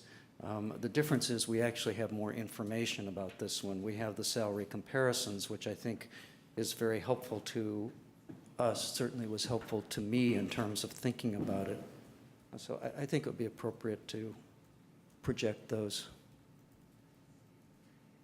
You gave us a verbal summary and the rankings, but having the actual table of numbers is I think, helpful.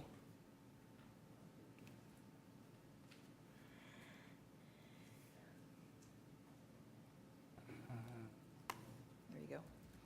So this is the aquatics director / facilities use coordinator.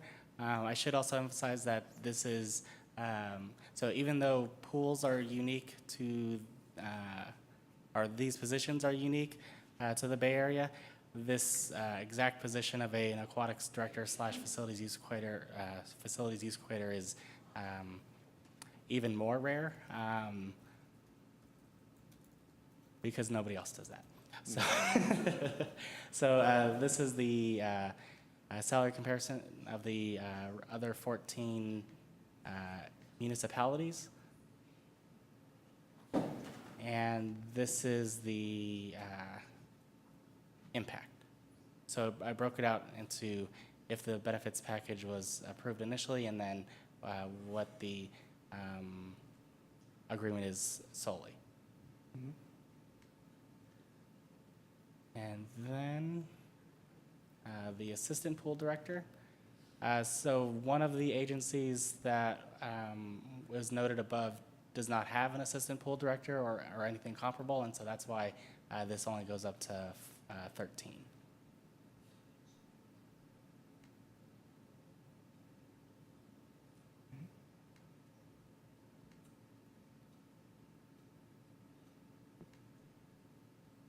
And so the takeaway from this is, if we approve the proposal as presented to us tonight, in fact, that puts us in the mid-range, essentially. Not even, only No, if the it benefit moves us package. from dead last to one away from dead last. Well, it's not. But the If the benefits haven't been package passed, then we'll be mid-range. Yeah, yeah. Yeah. So with the benefits package tabled to a future board meeting, then this would be the current impact. But if changes are made in the future, then this would be the impact. Are we ready for a motion? I motion to pass the compensation amendment for the aquatic director and assistant director. Do we have a second? Second. All in favor, say aye. Aye. Aye. Aye. Thank you. Okay, that puts us, Only an hour behind. yeah. The meeting is scheduled to be over at 9:30. I don't think we're going to make that. It would be appropriate at this point to propose extending the meeting and to consider if there's anything we want to remove from the agenda. There are 2 items, trustees, that we could remove from review and discussion. Board Policy 3470, debt issuance and management can be moved, and Administrative Regulation 6153, school-sponsored trips could also be moved if the board pleases. Okay, that comes to a total of 25 minutes? 30 minutes? 30 minutes. 30? Okay. So I wonder then, with that, if we remove those and extend the meeting till 10 p.m., that would probably get us through the rest of the agenda. I hope so. And I wonder, given that we're not on the existing timeline, would it be appropriate to take the rest of our review and action items before the facilities plan realignment discussion? I think we should have the staff report first, Yeah, and then yeah. we can do that. Staff report, then the action items, and then finish with the... With the facilities master plan realignment? Yeah, well, we have action items under M. Sure. And I wonder if we could make sure we got those done? That's okay. So that, we have a proposal to extend the board meeting to 10 o'clock, to remove review and discussion items 1 and 3, and move M, review and action, ahead of L, review and discussion. Okay, that's the motion. Is there a second? I second that. All in favor, say aye. Aye. Aye, okay. Moving on, then, we have our staff report on promoting safe, supportive, and collaborative environments for all students. Thank you, President Black and trustees, and I really want to thank our 2 people in our audience, Carla Jordan Swan, who is the committee chair for Albany Coming Together, and Bonnie White, who's one of our steering committee co-chairs. We bring the item of Safe Schools update to the board every board meeting, and this board meeting, I asked Bonnie and Carla if they would come and give us an ACT steering committee update. You guys are so patient, and your son is here. Thank you for your patience also. So I'd like to invite you to come up to the dais and address the board. Thank you so much.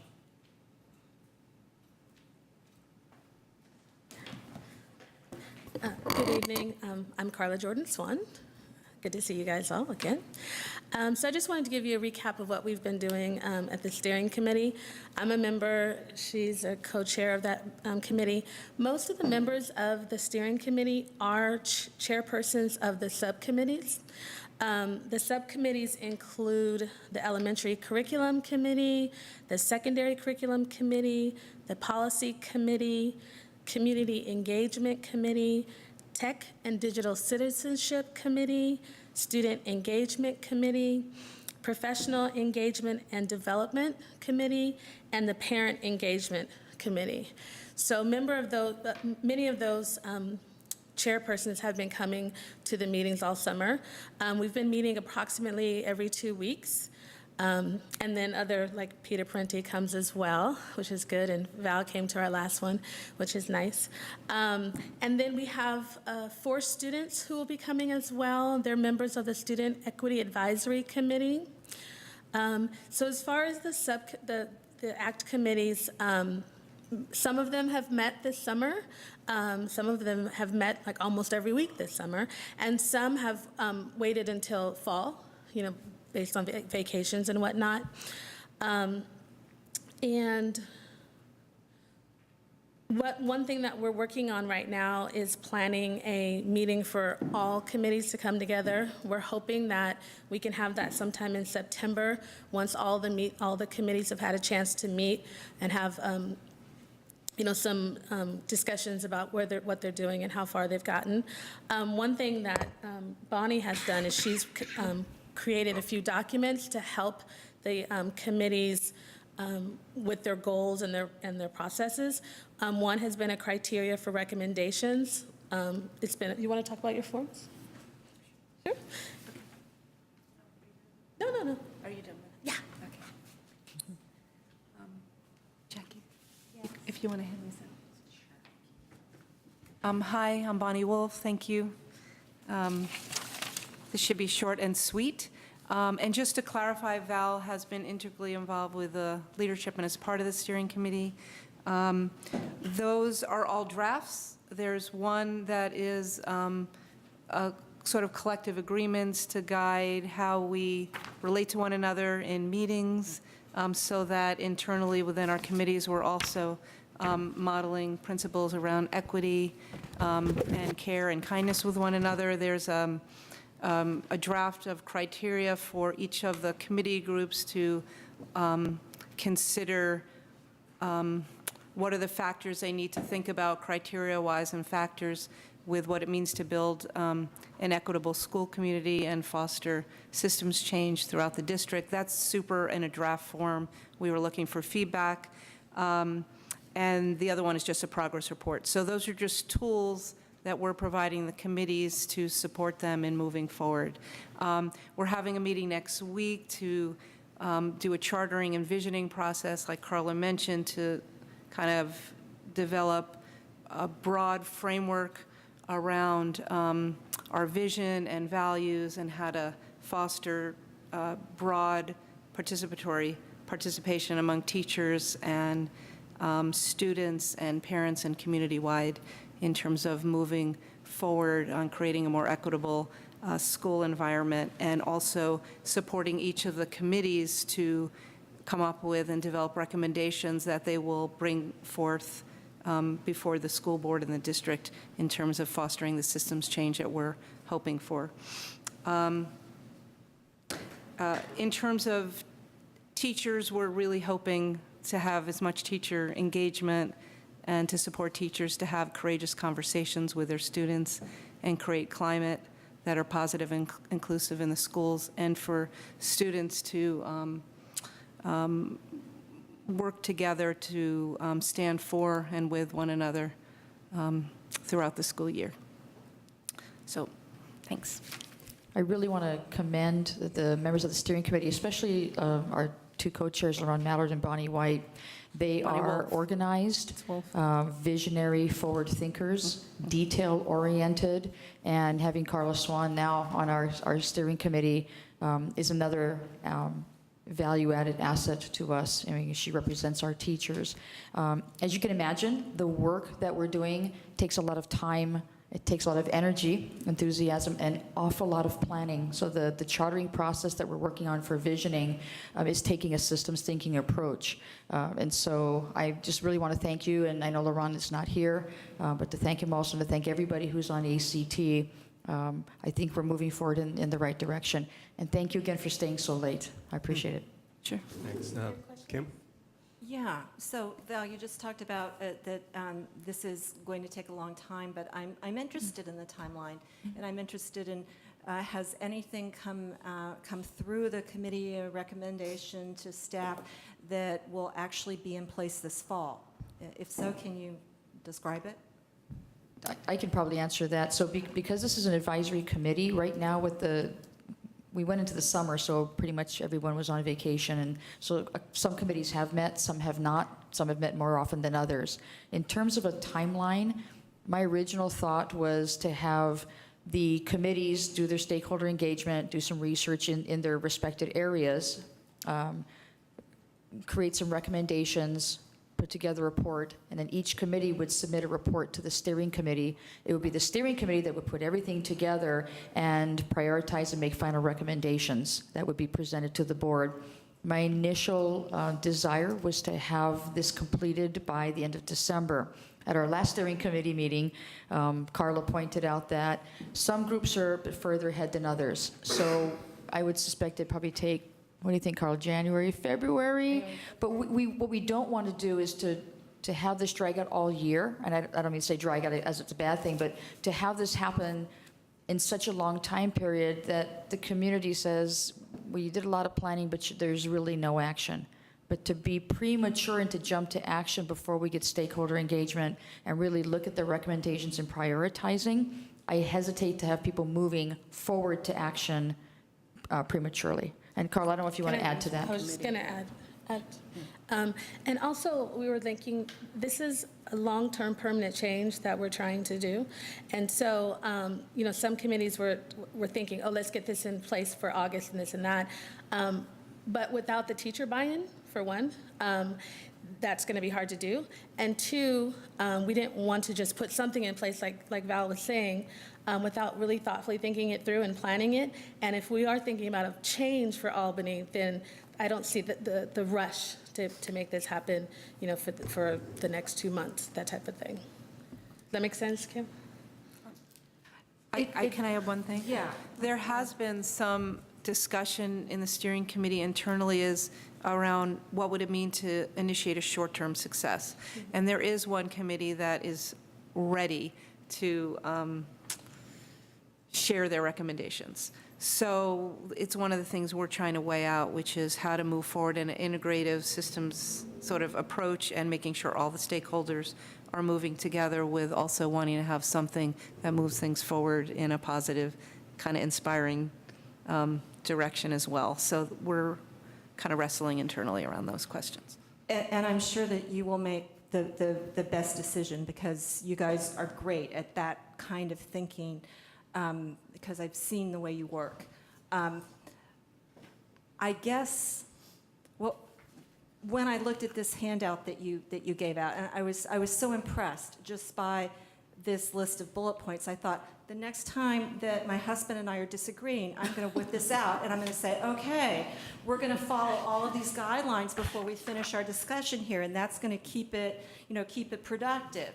And that triggered me to think about all the kids coming back to school, all the teachers back in their classroom, and if there wasn't some loving message that we could start the year with, that's not a whole solution, not even, just some sort of nugget that would give people that inspiration that they need, that they know that these issues are being paid attention to.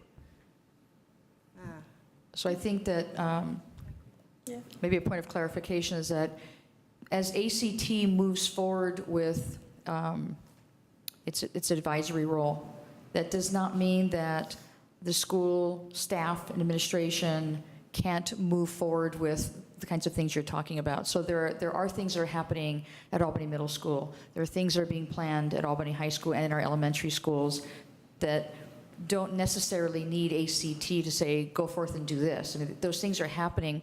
What ACT is looking at is what are the deeper systemic, structural, and embedded cultural changes that we can make that are going to be long-term, long-lasting. And I think there will be some short-term successes that we are going to be looking at, but because some of these recommendations may have a budgetary impact, what I don't want to have happen is have one committee say we'd like to do this and it has a dollar amount to it.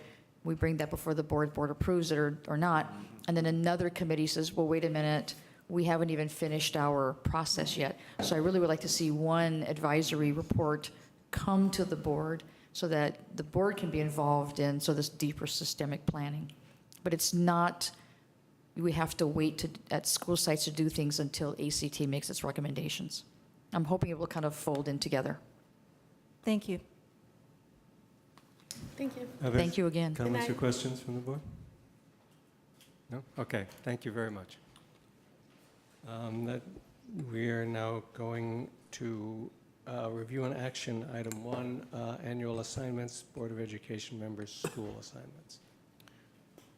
I have to jump ahead. So annually, It's on page 96. Thank you. The Board of Education annually chooses their school assignments for the 17-18 school year. Okay, this can go in any order. Does anybody have a specific request? Ross? Having done all of the elementary schools, I'd actually like to jump ahead to do the high school.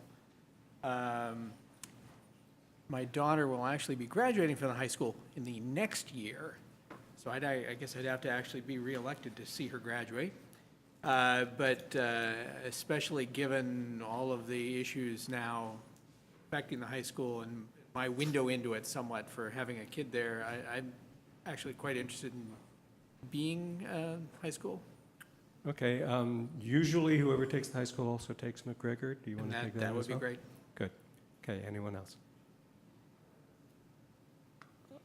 Well, I'll express a preference. I've been at the secondary schools for a while.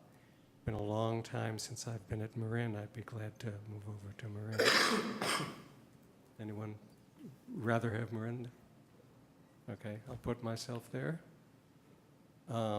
Anyone else?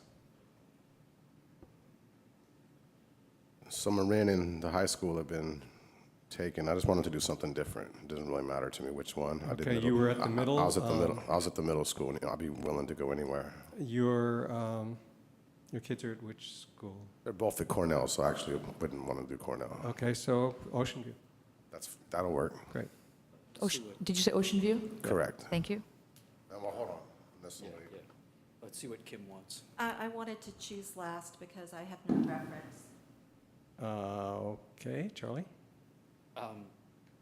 So You have the middle or Cornell?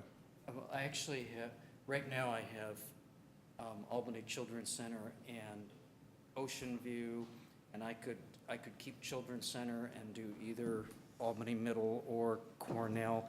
I've done Albany Middle recently. I mean, 3 years ago, I guess. Kim, what do you actually prefer? Do you? I'd be happy to do the middle school. One of my kids is there. Okay. So then I will take Cornell, is it? Is that right? That would be. Yeah, and I'd be happy to take Cornell. That's where my kids went to school, and I'd be happy to continue with the Children's Center. Okay, so make sure I have this. So President Black, you have Marin Elementary. Yes. Trustee Clark, you have Ocean View.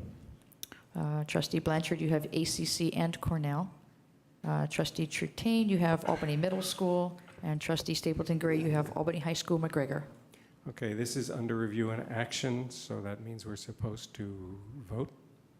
So we have a motion to approve these assignments. I make a motion to approve these assignments. All right, a second. I'll second. All in favor, say aye. Aye. Thank you.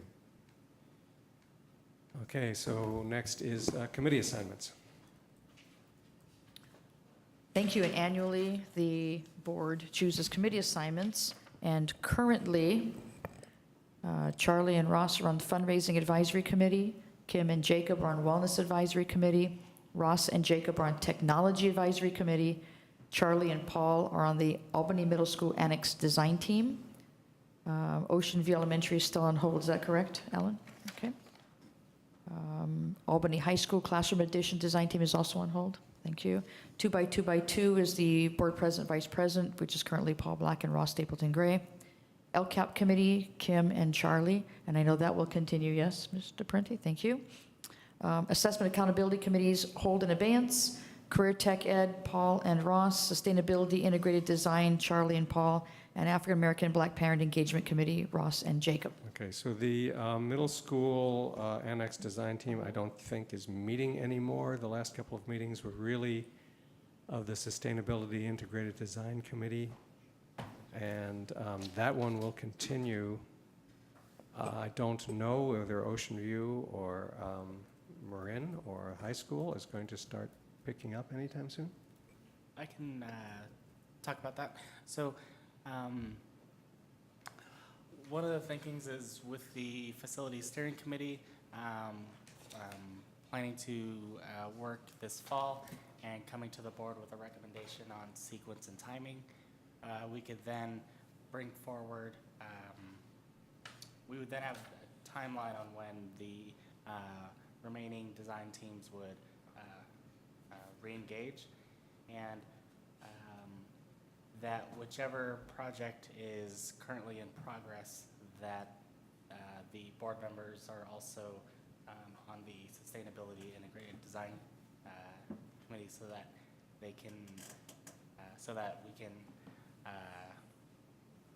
so that both committees can meet to effectively. So we don't have a Brown Act violation when they meet together. Correct. So Facilities Steering Committee is not on this list, but I think it should be. Who is on the Facilities Steering Committee? I mean, that and the one we'll talk about later tonight are both ad hoc things, and none of the ad hoc committees have made That's true, this. they're not standing committees. But the Facilities Steering Committee will be continuing to meet for Well, this year. We have a Facilities Master Plan Committee now, but we haven't constituted the Facilities Steering Committee. Oh, okay. Yeah. And, So- and the Facilities Master Plan Committee, that group is now the steering committee, but will be expanded based on the last board meeting. Yeah. Okay, And, so I'm sorry, one more adjustment. The African American Black Parent Engagement Committee is on hold, is that correct? And I didn't hear Albany High School Instructional Improvement Council. That's been a standing. that's whoever is Oh, is that whoever's assigned to the high school? assigned to the high school. Yes. Okay. Right. They're expected to There you go, Ross. attend that. So- And site council is whoever's assigned to that school.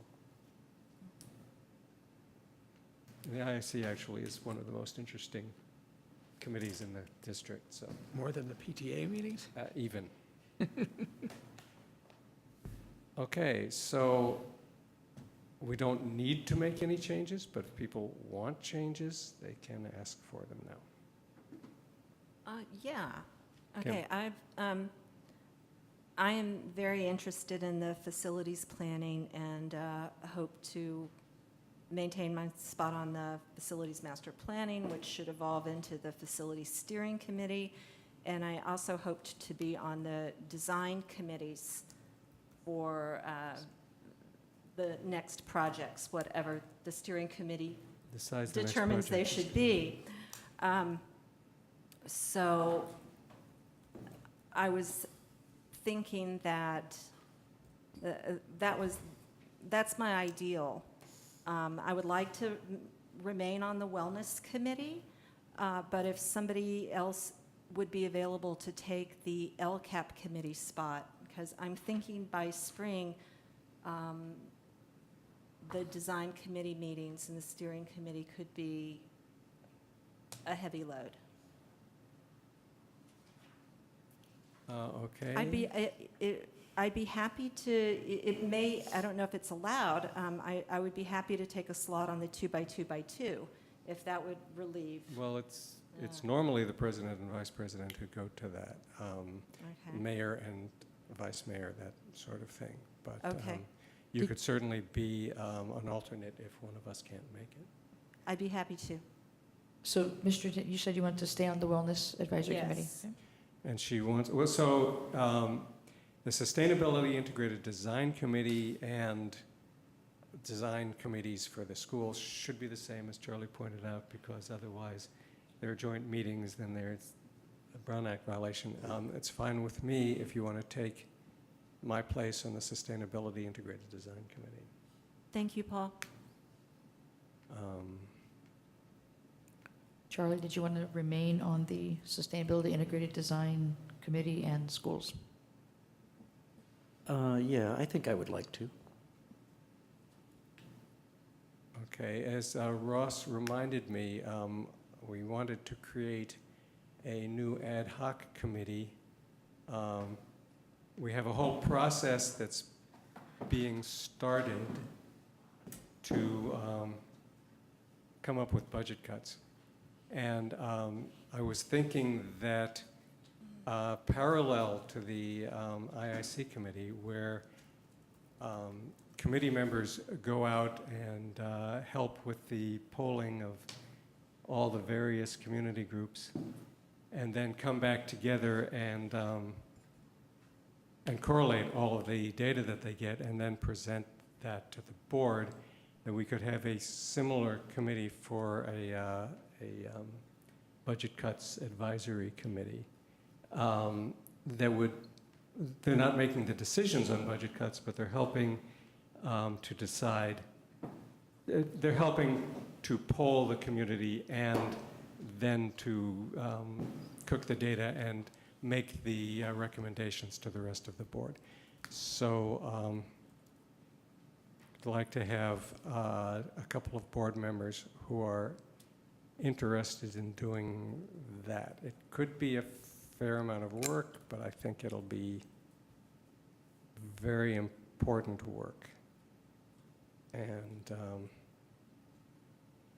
don't know if people have feelings about who wants to be on that committee. Well, I hate to volunteer, but I'm going to. I think there's a certain logic.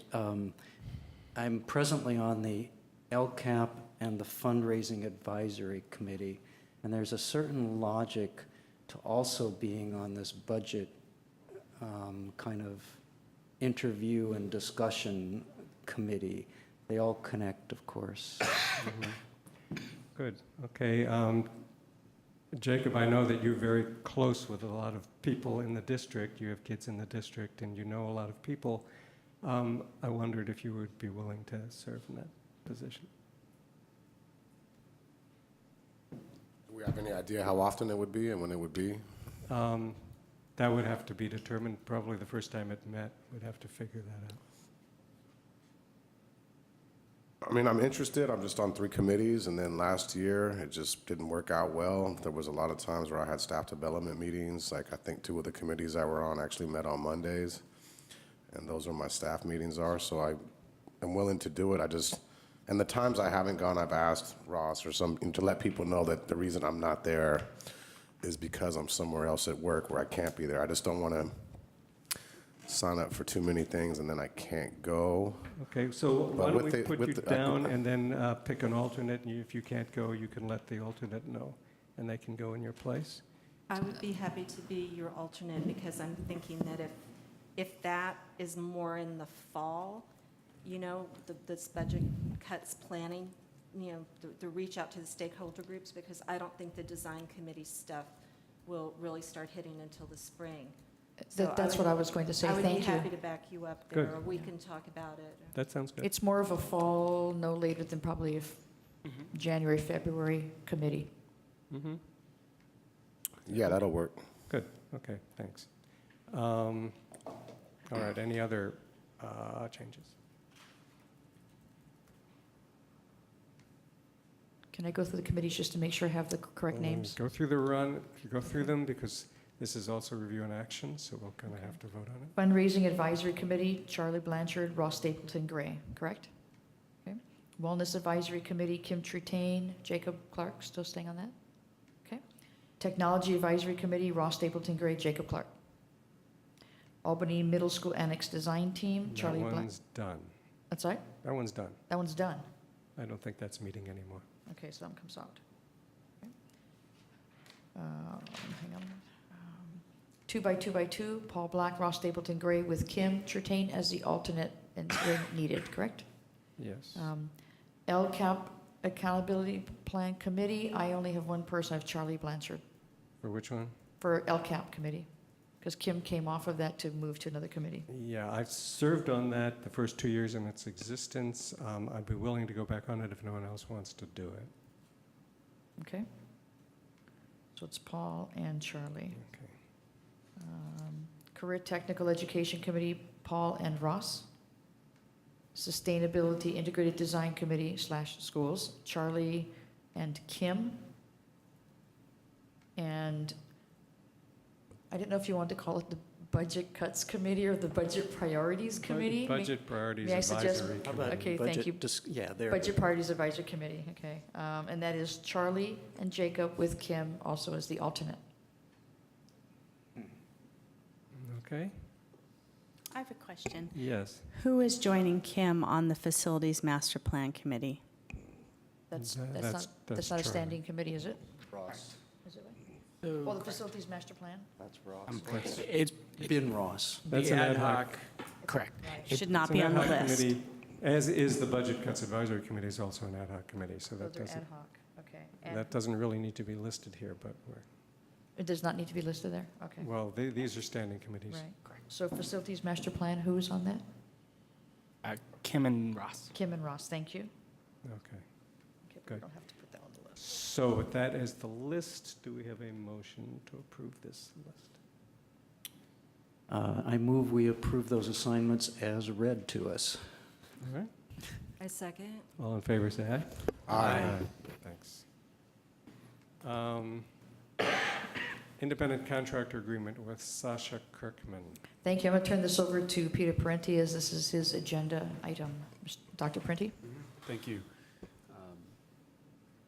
This review and action item is one component of several that the district has put forward to support teachers in the classroom as we adopt new curriculum.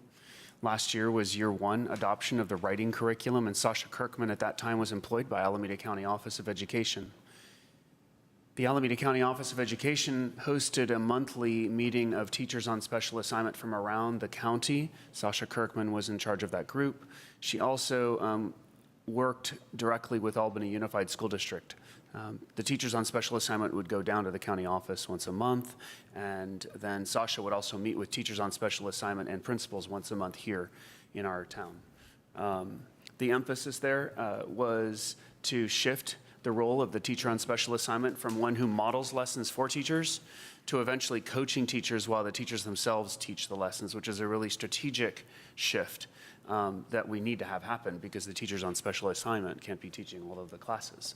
And we want the teachers themselves to feel empowered to teach well. The other there were two other areas of emphasis. One was to shift the use of instructional improvement meetings. They host twice a month at each elementary school, and that was a shift and coaching principals to use that time for strategic instructional leadership instead of operational leadership. So more frequently, they would use that meeting time to review samples of student work from the writing program. And then at the end of the school year, there was an intent to support the teachers on special assignment more, and I asked them what they liked, and they said they wanted to continue working with the county office, but Sasha was the key. And during that same time, Sasha had branched out and decided to start her own consulting work. She's local. She now has a firm of one person named Sasha called Ask Education Consulting, and the shift this year is to maintain a focus on instructional leadership, but to look at the work that we're doing in adopting new reading programs, and also in using the writing assessments that come from the new curriculum. So the contract here asks the district to commit to her for this coming school year. There would be 2 professional development days, approximately lists here 25 hours of coaching. The services could begin as early as this week. And would continue through May 30th of 2018. Thanks. Questions? I just want to say that it sounds like she's made a really great impression on the district, and that she's popular with the teachers and has helped make this curriculum change as smooth as it could be. So I appreciate you bringing this item. Thank you. Okay. Anyone else? I just want to clarify, she works just with the teachers on special assignment and the principals. So when you say popular with teachers, I'm sure a lot of others might not know who she is.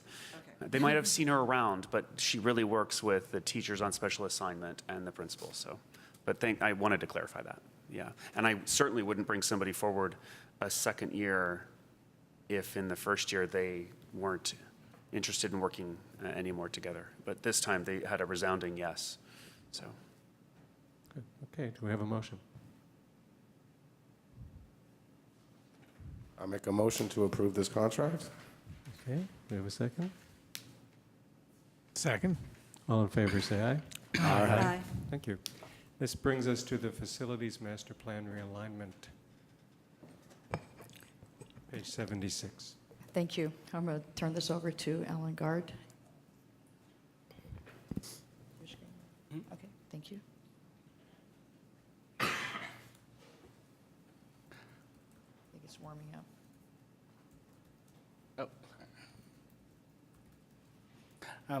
So there you go. Good evening, board members. The board packet included a narrative of the realignment of the Facilities Master Plan. The Facilities Master Plan was first developed and approved by the board in 2014. A lot has taken place since 2014, and so the goal of this item, the goal of the ad hoc committee and this item is to realign and bridge the two documents. So the intent is that the narrative included in the board packet, along with the chart that I will show you tonight, would help better inform current community members who may not be aware of what's taken place since 2014. And so we met once in March. A lot has taken place since March, but the discussion that took place at this meeting was very clear that we needed to provide an easy document for the community to understand what has led to our current place, as well as easily inform what's currently in progress and which projects are on hold. And so I just want to remind the board of what was initially included in the Facilities Master Plan in 2014, which laid out a year-by-year schedule, as well as noting the different projects that were specified. These projects were ordered somewhat by need, and but did not align with funding.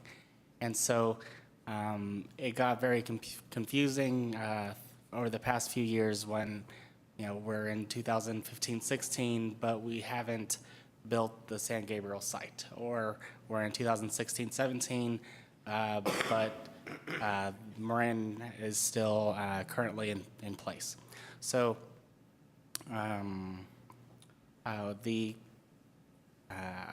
so with the ad hoc committee, we've come to this chart where we quickly note, what projects have been completed, what is in progress, pending, and then long-term. So for the projects that are pending, these are projects that currently being, that will eventually be looked at by the Facility Steering Committee. And 3 of the 4 on the pending list are projects specifically outlined by bond measures, bond measures B and E. The long-term projects that were originally noted in the facilities master plan are projects that are not specifically outlined in bond measures B and E. And so that's why they're, in the long term, we don't really have a horizon yet. However, with bond measures B and E, there's flexibility in wording where if we needed to do, if something occurred that changed the circumstances and we needed to address one of these projects, the board had the ability to do so. One of the things I should also note is the district office relocation that's on the pending list. That is time sensitive. We will need to bring a board-approved plan to UC Berkeley by the end of the calendar year in order for UC Berkeley to potentially grant a 6-month extension to June 30, 2018. Without a board-approved plan, UC Berkeley does have the authority through their lease to have us find a new home as of January 1st. One of the things in progress is, as you all know, is the Albany Middle School Annex. I noted /San Gabriel site because in the facilities master plan, the project was the San Gabriel site. And at the next board meeting, there will be a item regarding that. I can go into more detail about the narrative and what's occurred, or open up to questions. Well, let's open it up to questions, which could include asking you to go through more of the narrative. Charlie? Yeah. It's not so much a question. I think maybe just you could confirm for me. Your new categories make good sense to me, just calling them done, in progress, pending, and long-term. I don't see a reprioritization or a change in the sequencing, and I certainly don't see any changes in the projects themselves. There's no new projects that have appeared here. So you could just confirm that. Correct. And so with the Facility Steering Committee that'll be coming together this fall, they would be the ones to look at pros and cons and develop a recommendation to the board on sequence. Okay, so the big question for me was that originally there was a big rush to get a design from Marin Elementary because we thought we were going to get matching funds. That kind of fell away. And with that, we were left with a very quickly done plan for Marin School that had not been as thoroughly vetted as the AMS extension, and certainly didn't have all of the sustainability features that we might like. So did the Facilities Master Plan Realignment Committee consider whether Marin is going back into a design phase, or is going to come ahead of Ocean View, or Ocean View is going to come first? Those seem the big questions to me. As far as sequencing and timeline, the Facilities Master Plan Committee did not address that because they wanted this subsequent steering committee to work through those problems or work through those concerns, because that would be a very that would require more meetings, more input, things like that.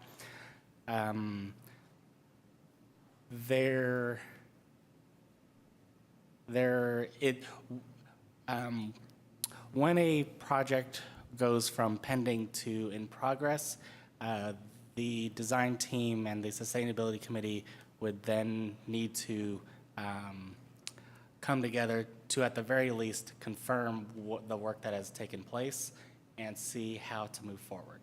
So specifically for Marin, that project has been on hold for 2 years, and so that more than any other would need to reconvene the design team.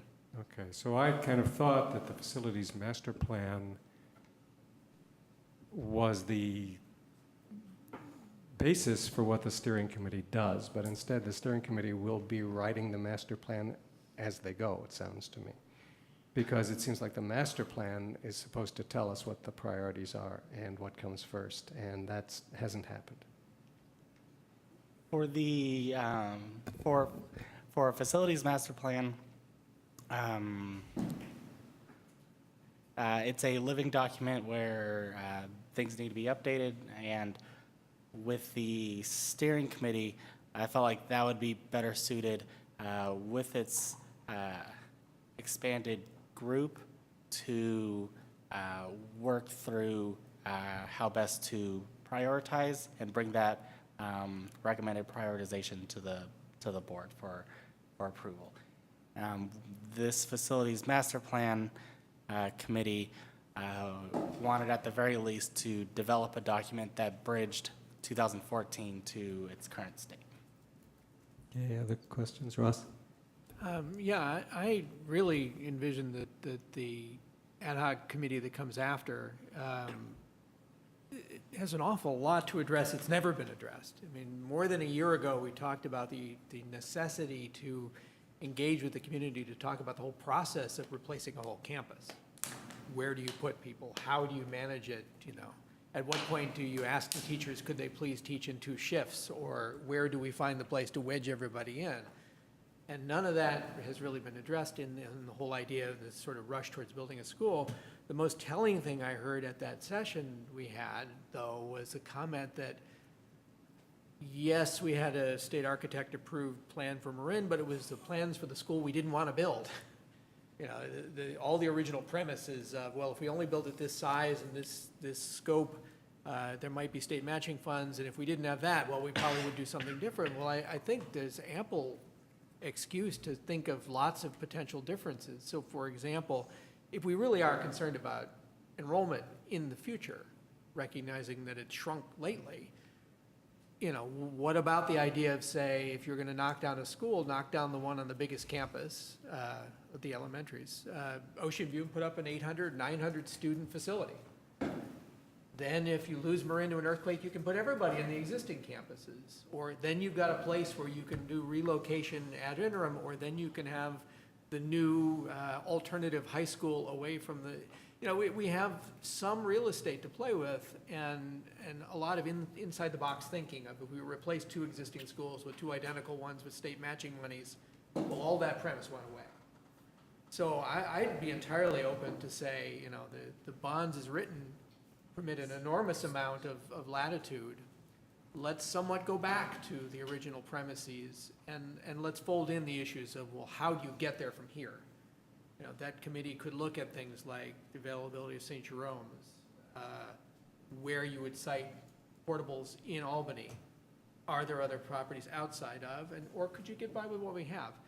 But there are a lot of open issues before you prioritize the 4 there. The one big caveat is we really don't have anywhere to put the district office. The idea that we could put them in the portables at the middle school because we'd have the San Gabriel Annex won't happen by next August. So where the district office goes, I think, will become a higher priority, and it doesn't sound like it's going anywhere we own right now, unless we're putting portables on the AMS parking lot or something. That would be the agenda for the first meeting of the facilities steering committee. Yeah, and that's a sort of very clear urgency. I mean, you know, it's quite possible that UC will kick the construction can down the road a little. We don't antagonize them too much. And you know, well, there's another variable. You know, I think they're going to come back on the crossing guards thing, and I hope to hear a discussion about revenues from the UC development and costs and benefits to the city and UC, and those are all wild cards too. Maybe we could get a little bit out of the $400,000 the ex-chancellor got in his golden parachute. That's pretty impressive. They don't have any money, but they have some money somewhere. They have 400,000, they just don't have 30,000. Yes, exactly. Yes. Other questions, comments? When are we going to constitute the steering committee? So with the steering committee, it has an expanded group. The expanded group would have the principal of each of the remaining 3 projects, the Albany High School, Moraine Elementary, Ocean View Elementary, and there would be an additional community member beyond the 2 who are currently on the Facilities Master Plan Committee, which are Howard McNinney and Francis Chapman. I have not identified that additional community member, but I will be doing so soon and sending out invitations for one meeting in September, and after school opens, things settle down, and then there will be 2 meetings in October, and identify 1 meeting in November. And we would then target the last board meeting in November or the first board meeting in December to look at the board for action on what the committee recommends. Okay. Anyone else? I'd just like to say, having met Howard and Francis for the first time really in a committee meeting, they're both excellent folks. Mm-hmm. Anything else? I'm looking forward to this work. Great, okay. There's no action required on this. And that would bring us to agenda items, matters introduced by the board. I have 3 items that I've seen. One is to agendize the compensation amendment for management employee groups in September. The other is to bring back Administrative Regulation 6153 school-sponsored trips and Board Policy 3470 debt issuance and management also. I've put it on the issues bin for us, for the agenda committee, because the next board meeting is pretty packed, so we'll need to look at what we want to move and where we want to put these agenda items. Okay, if I can suggest, the administrative regulation for school-sponsored trips had a couple of things missing from it. So this will give us some time to fill it out? Yes. Great. Charlie? Are you anticipating providing a report to the board on the status of crossing guards at some point? Ooh, good question. At some point, I would be happy to do that. Mm-hmm, mm-hmm. It hasn't been resolved yet. But. Yeah. Well, we should know about the situation in some formal way. It's conceivable that the board will be asked to come up with some money for it, so certainly it would be on the agenda at that point. Yeah. I can contact the city manager and ask for a meeting just between her and myself, and we'll see where the city's at and where we're at, and I might be able to give the board a little more accurate date of when we could provide that update for you. Okay, thanks. Thanks. Ross? I got a text from one of the student board members, Select, asking if they should be here tonight, and I told them, no, I thought we were supposed to be meeting with them start of school year, so let me know if I'm wrong on that. They could come sooner if they're interested. Well, do we formally seat them? I think the handbook says that they can come as of August, but we don't expect them. They can come as of August. They've traditionally come in September. I do a student board member orientation, and then when board schedules the annual retreat, then we would make sure that the student board members are attending. I do believe the board had asked that we not schedule the board retreat until the student board members had actually started school and got a little bit settled. We could reach out, actually, Ms. Matabusa, if you could reach out to both of the student board members and say they're absolutely welcome to attend the next board meeting. It's about 3 days or 4 days before the start of school. Sure. Okay, sure. So speaking of the board retreat, in the past we've used a kind of a survey form that lists possible topics, and people have rated how well they thought the board was doing in each of those. And then we pick the topics that people either think the board is not doing well on, or in which some people think the board is doing great and some people think it's doing terribly. And those make for a more interesting discussion. So I'm going to kind of try to come up with some kind of a survey form of that sort in the next week or so. And of course, there'll be space on there for you to write in your own topics if there are things that I missed, if that's agreeable to everybody. Is this the CSBA survey? It started with the CSBA survey, but it's been modified since then. Oh, okay. And it's, yeah, it's informal as far as I'm concerned, just to help us frame the discussion, because there isn't time to talk about everything we could possibly talk about, so we want to spend our time as profitably as we can. Charlie? As far as I know, we don't have a tentative date yet. No, it'll be in September, but I don't think we've scheduled it, is it? Yeah. Right? Yeah, we need to send out. If we could do that, that would be good, because I'm Yeah. already starting to get demands on my calendar. Yes. One of the questions was, I think at one discussion, a board member had asked if we wanted to hold this on a Saturday. And again, being mindful of our students who may have Saturday plans, I'm not sure. I don't think the board had decided if you wanted to have it on a particular day or an evening or holding it on a Saturday. I can have Jackie put out a survey for, do you want to include Saturdays in that survey? I'm seeing one person nod. Tim Yes. wants to, so let's do that. Yes, so Jackie, September, excluding the Labor Day weekend, and Saturdays. Yes. Thank you. Thanks. Any other matters? Adjourned. Thank you. Right on the dot, 10 p.m. Excellent. Well, yeah. This Just as sacrifice of planned. 2 items.